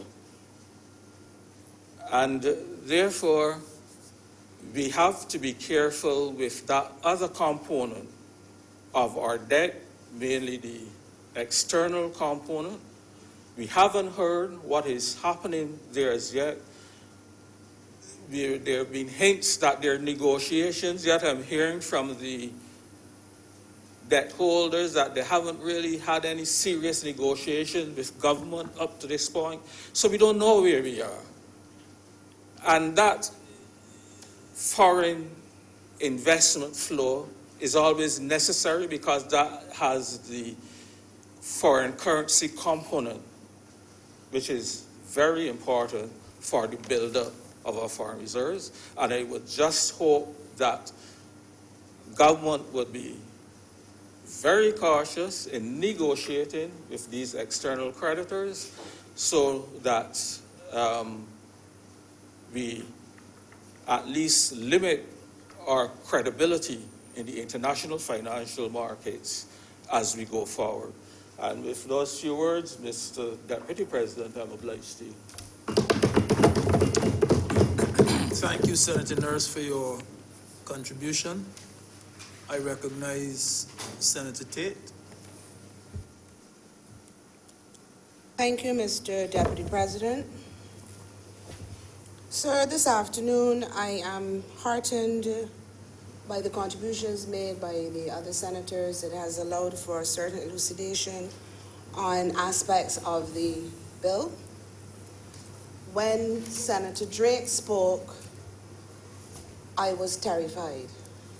Her presentation, always detailed and comprehensive, I thought put things in a certain light, and I thought, oh my goodness, we're not ready. Then Senator Adams spoke, and all is well again, and we're good, and it's going to be okay. But I believe, sir, that their respective economic backgrounds in economics have allowed them to look at this proposed bill in different lights and to shed some, I should say, light on the bill as a whole. I believe all of the contributions should be taken on board because I believe that this is a serious piece of legislation that, as everyone has said, is going to have an impact on us. It's not a question of if, but when. For me, sir, I have queries. I don't pretend to understand economics. I can read, but I don't understand it. So having it broken down for me this afternoon was good for me. But what I don't understand, sir, and perhaps if that could be clarified, again, like Senator Boyce and Senator Nurse, it might help accepting the bill or voting for the bill to be a little more palatable. For me, I don't understand how we were going to be, or we are proposing to have legislation that so adversely affects the senior members of our community, of our country, without more.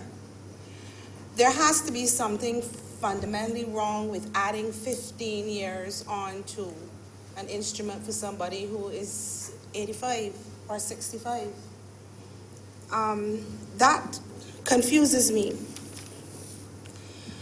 We have been told that we were on the precipice of economic collapse, and that the previous administration was engaged in arrogance and hubris.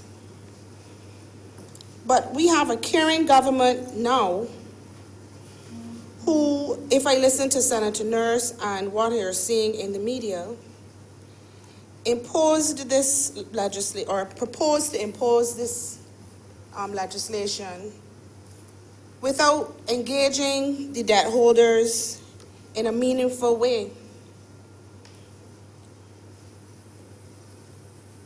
And that confuses me because there's no money, so we have to do it. We're on the verge of collapse.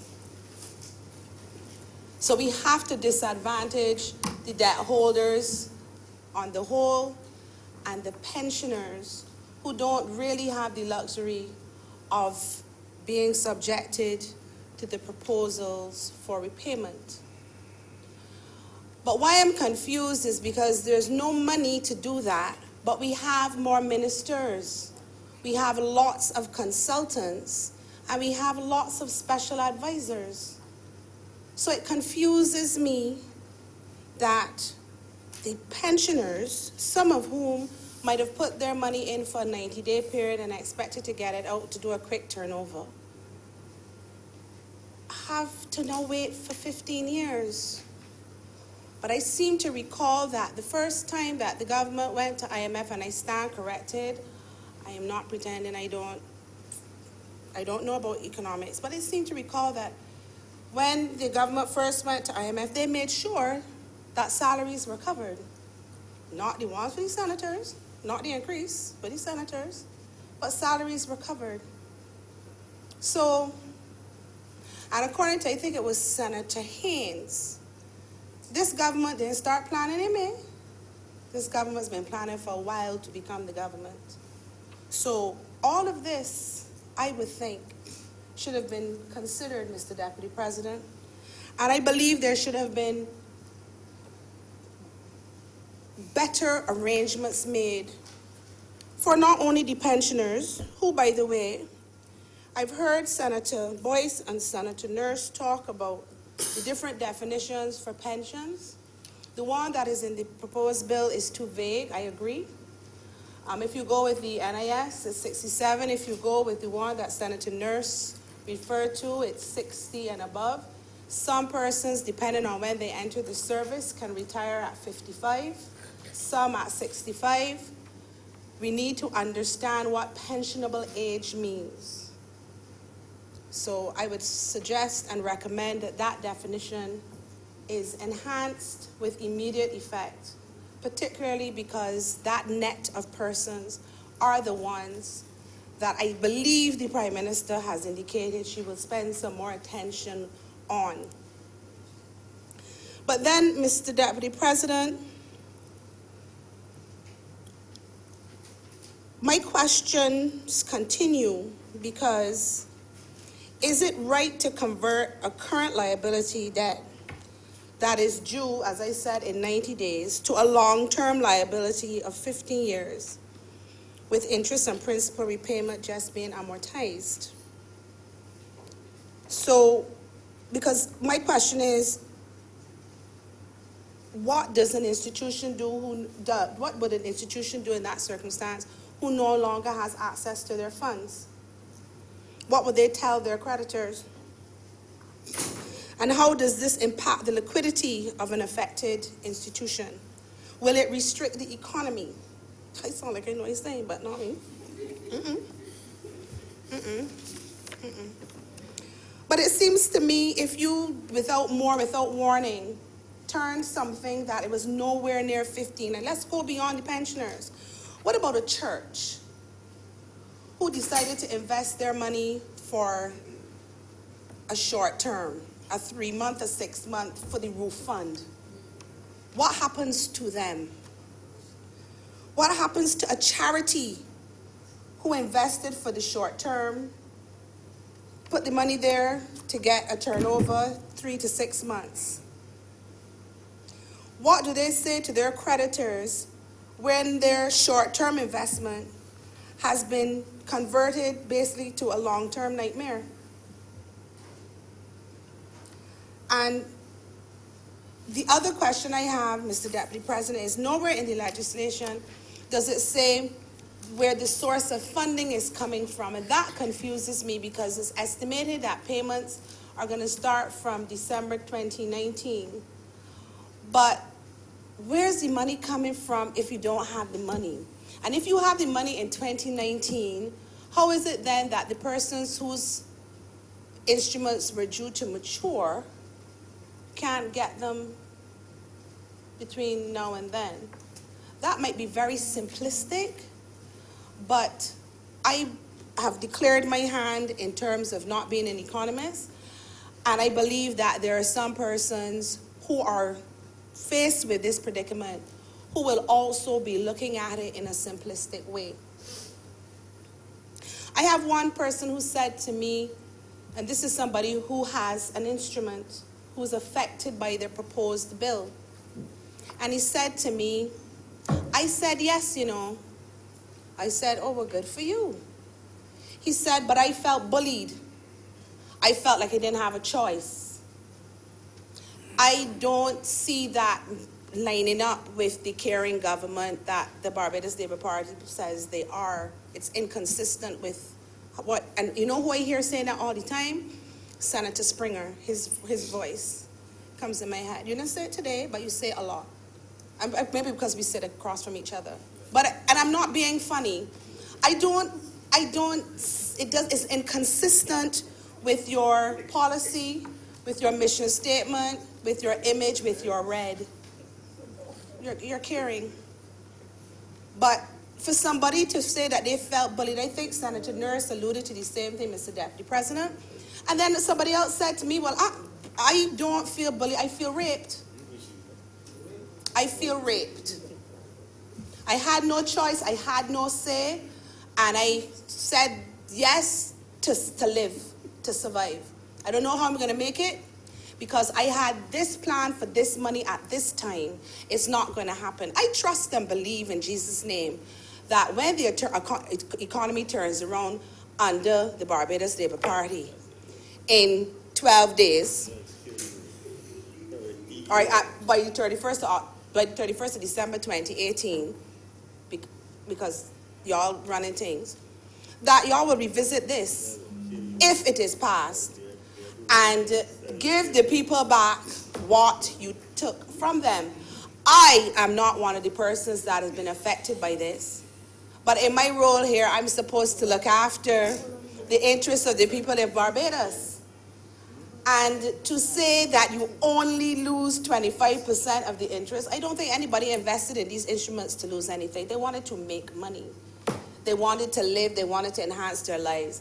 And again, I am asking the government, when they're reviewing or they're adding in the caring clause, the care clause, not the catastrophe clause, the care clause, that in addition to putting the pensioners, after you have defined what a pensioner is, you take into consideration those short-term investors who can be adversely affected and have their credit rating shot.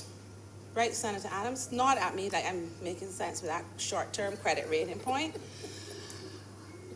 They need to be considered if this is supposed to be the panacea, the saving grace for the country. You need to look for those persons who have peculiar situations. You did it with the Barbados, well, you sort of did it with the Barbados Water Authority bill. You had a relief board. There's a relief board, and there was mention of relief. It needs fine-tuning, but caring, relief, same thing. Y'all are accustomed dealing with it.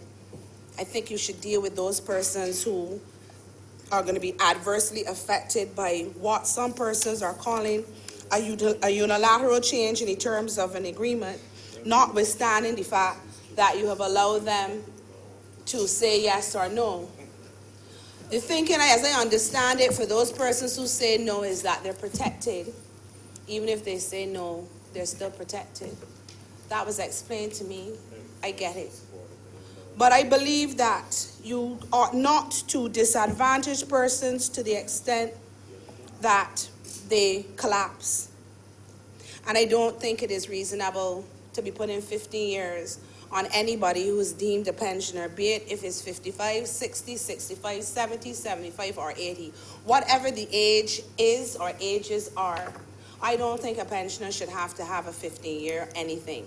Because at 55, you can still cruise.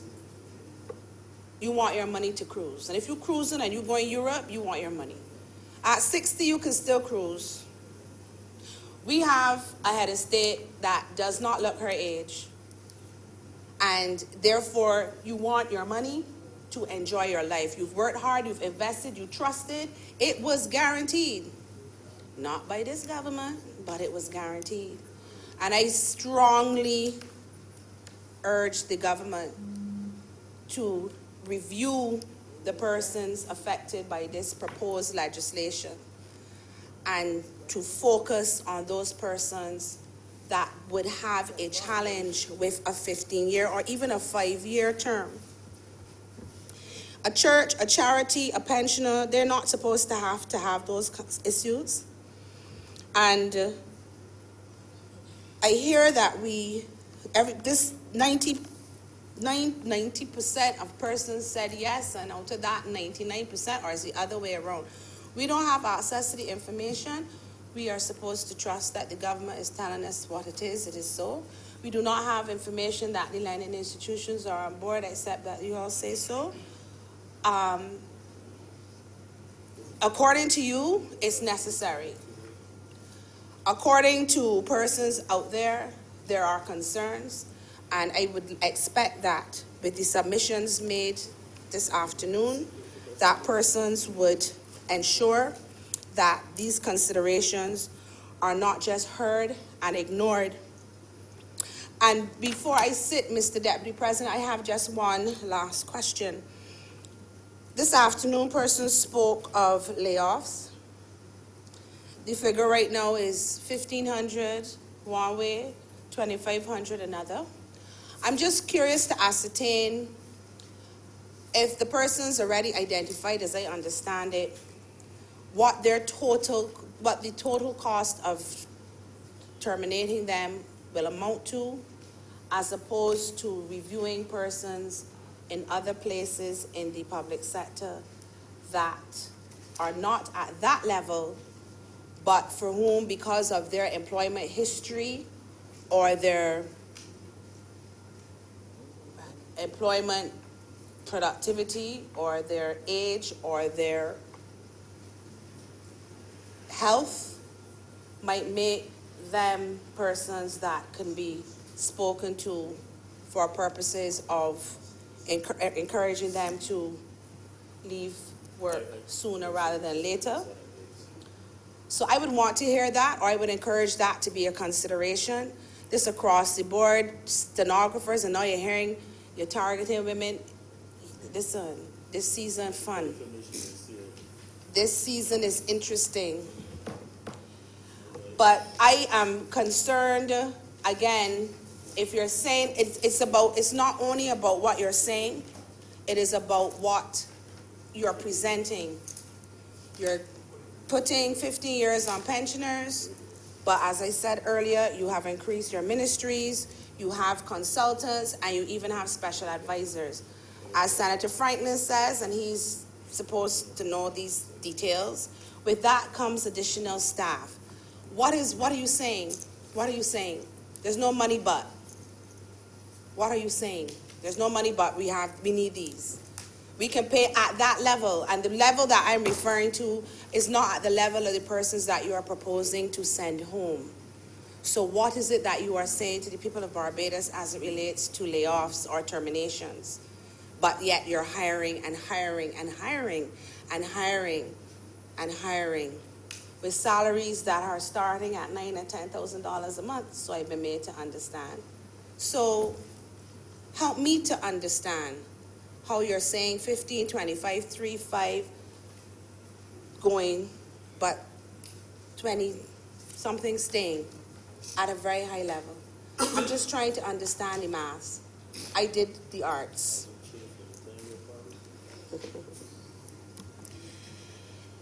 The last thing I would want to mention, Mr. Deputy President, is simply as usual. We had a 5th of October date.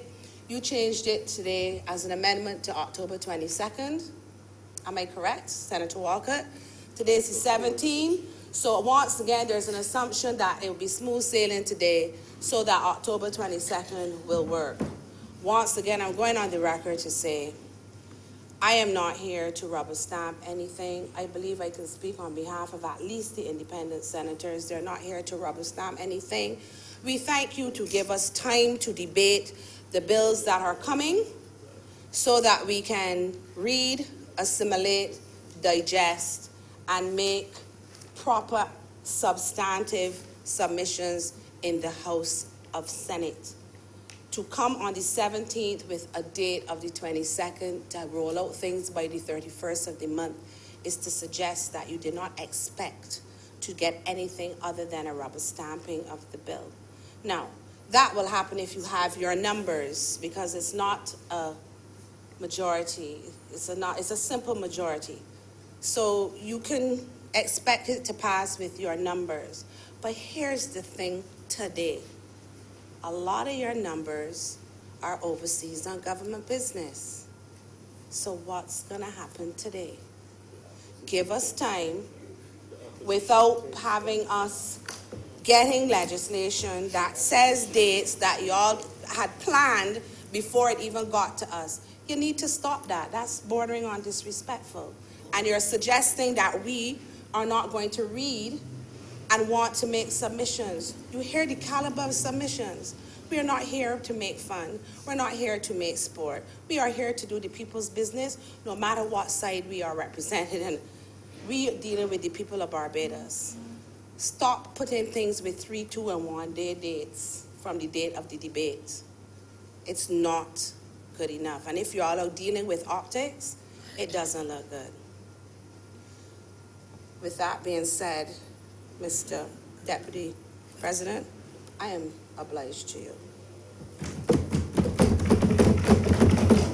Thanks for your contribution, Senator Tate. Mr. Deputy President, I beg to move that further consideration of this bill be postponed. The question is that further consideration of this bill be postponed. All those in favor say, please say aye. Aye. Those against, please say no. Methinks the ayes have it. Mr. Deputy President, I beg to move that this sitting be adjourned until Wednesday, the 24th of October. And I hope that all honorable members from the government and the opposition side will be here in attendance. So what happened to the independent? And the independents. You don't want the independents here? He calls this side the opposition. So, On a point of order, Mr. Deputy President. could I hear your point of order? On a point of order, Mr. Deputy President, the Senate consists of government senators, opposition senators, and senators appointed by Her Excellency the Governor General. The 7 senators are fully in place and accounted for. Those of us who are appointed by the Governor General, we are not part of the opposition. Is it that Mr. Senator Walker is saying that we are to absent ourselves from the Senate next week, Wednesday, sir? Because he says he's looking forward to seeing the opposition senators. Is it that we are excused from the Senate next week, Wednesday, Mr. Deputy President?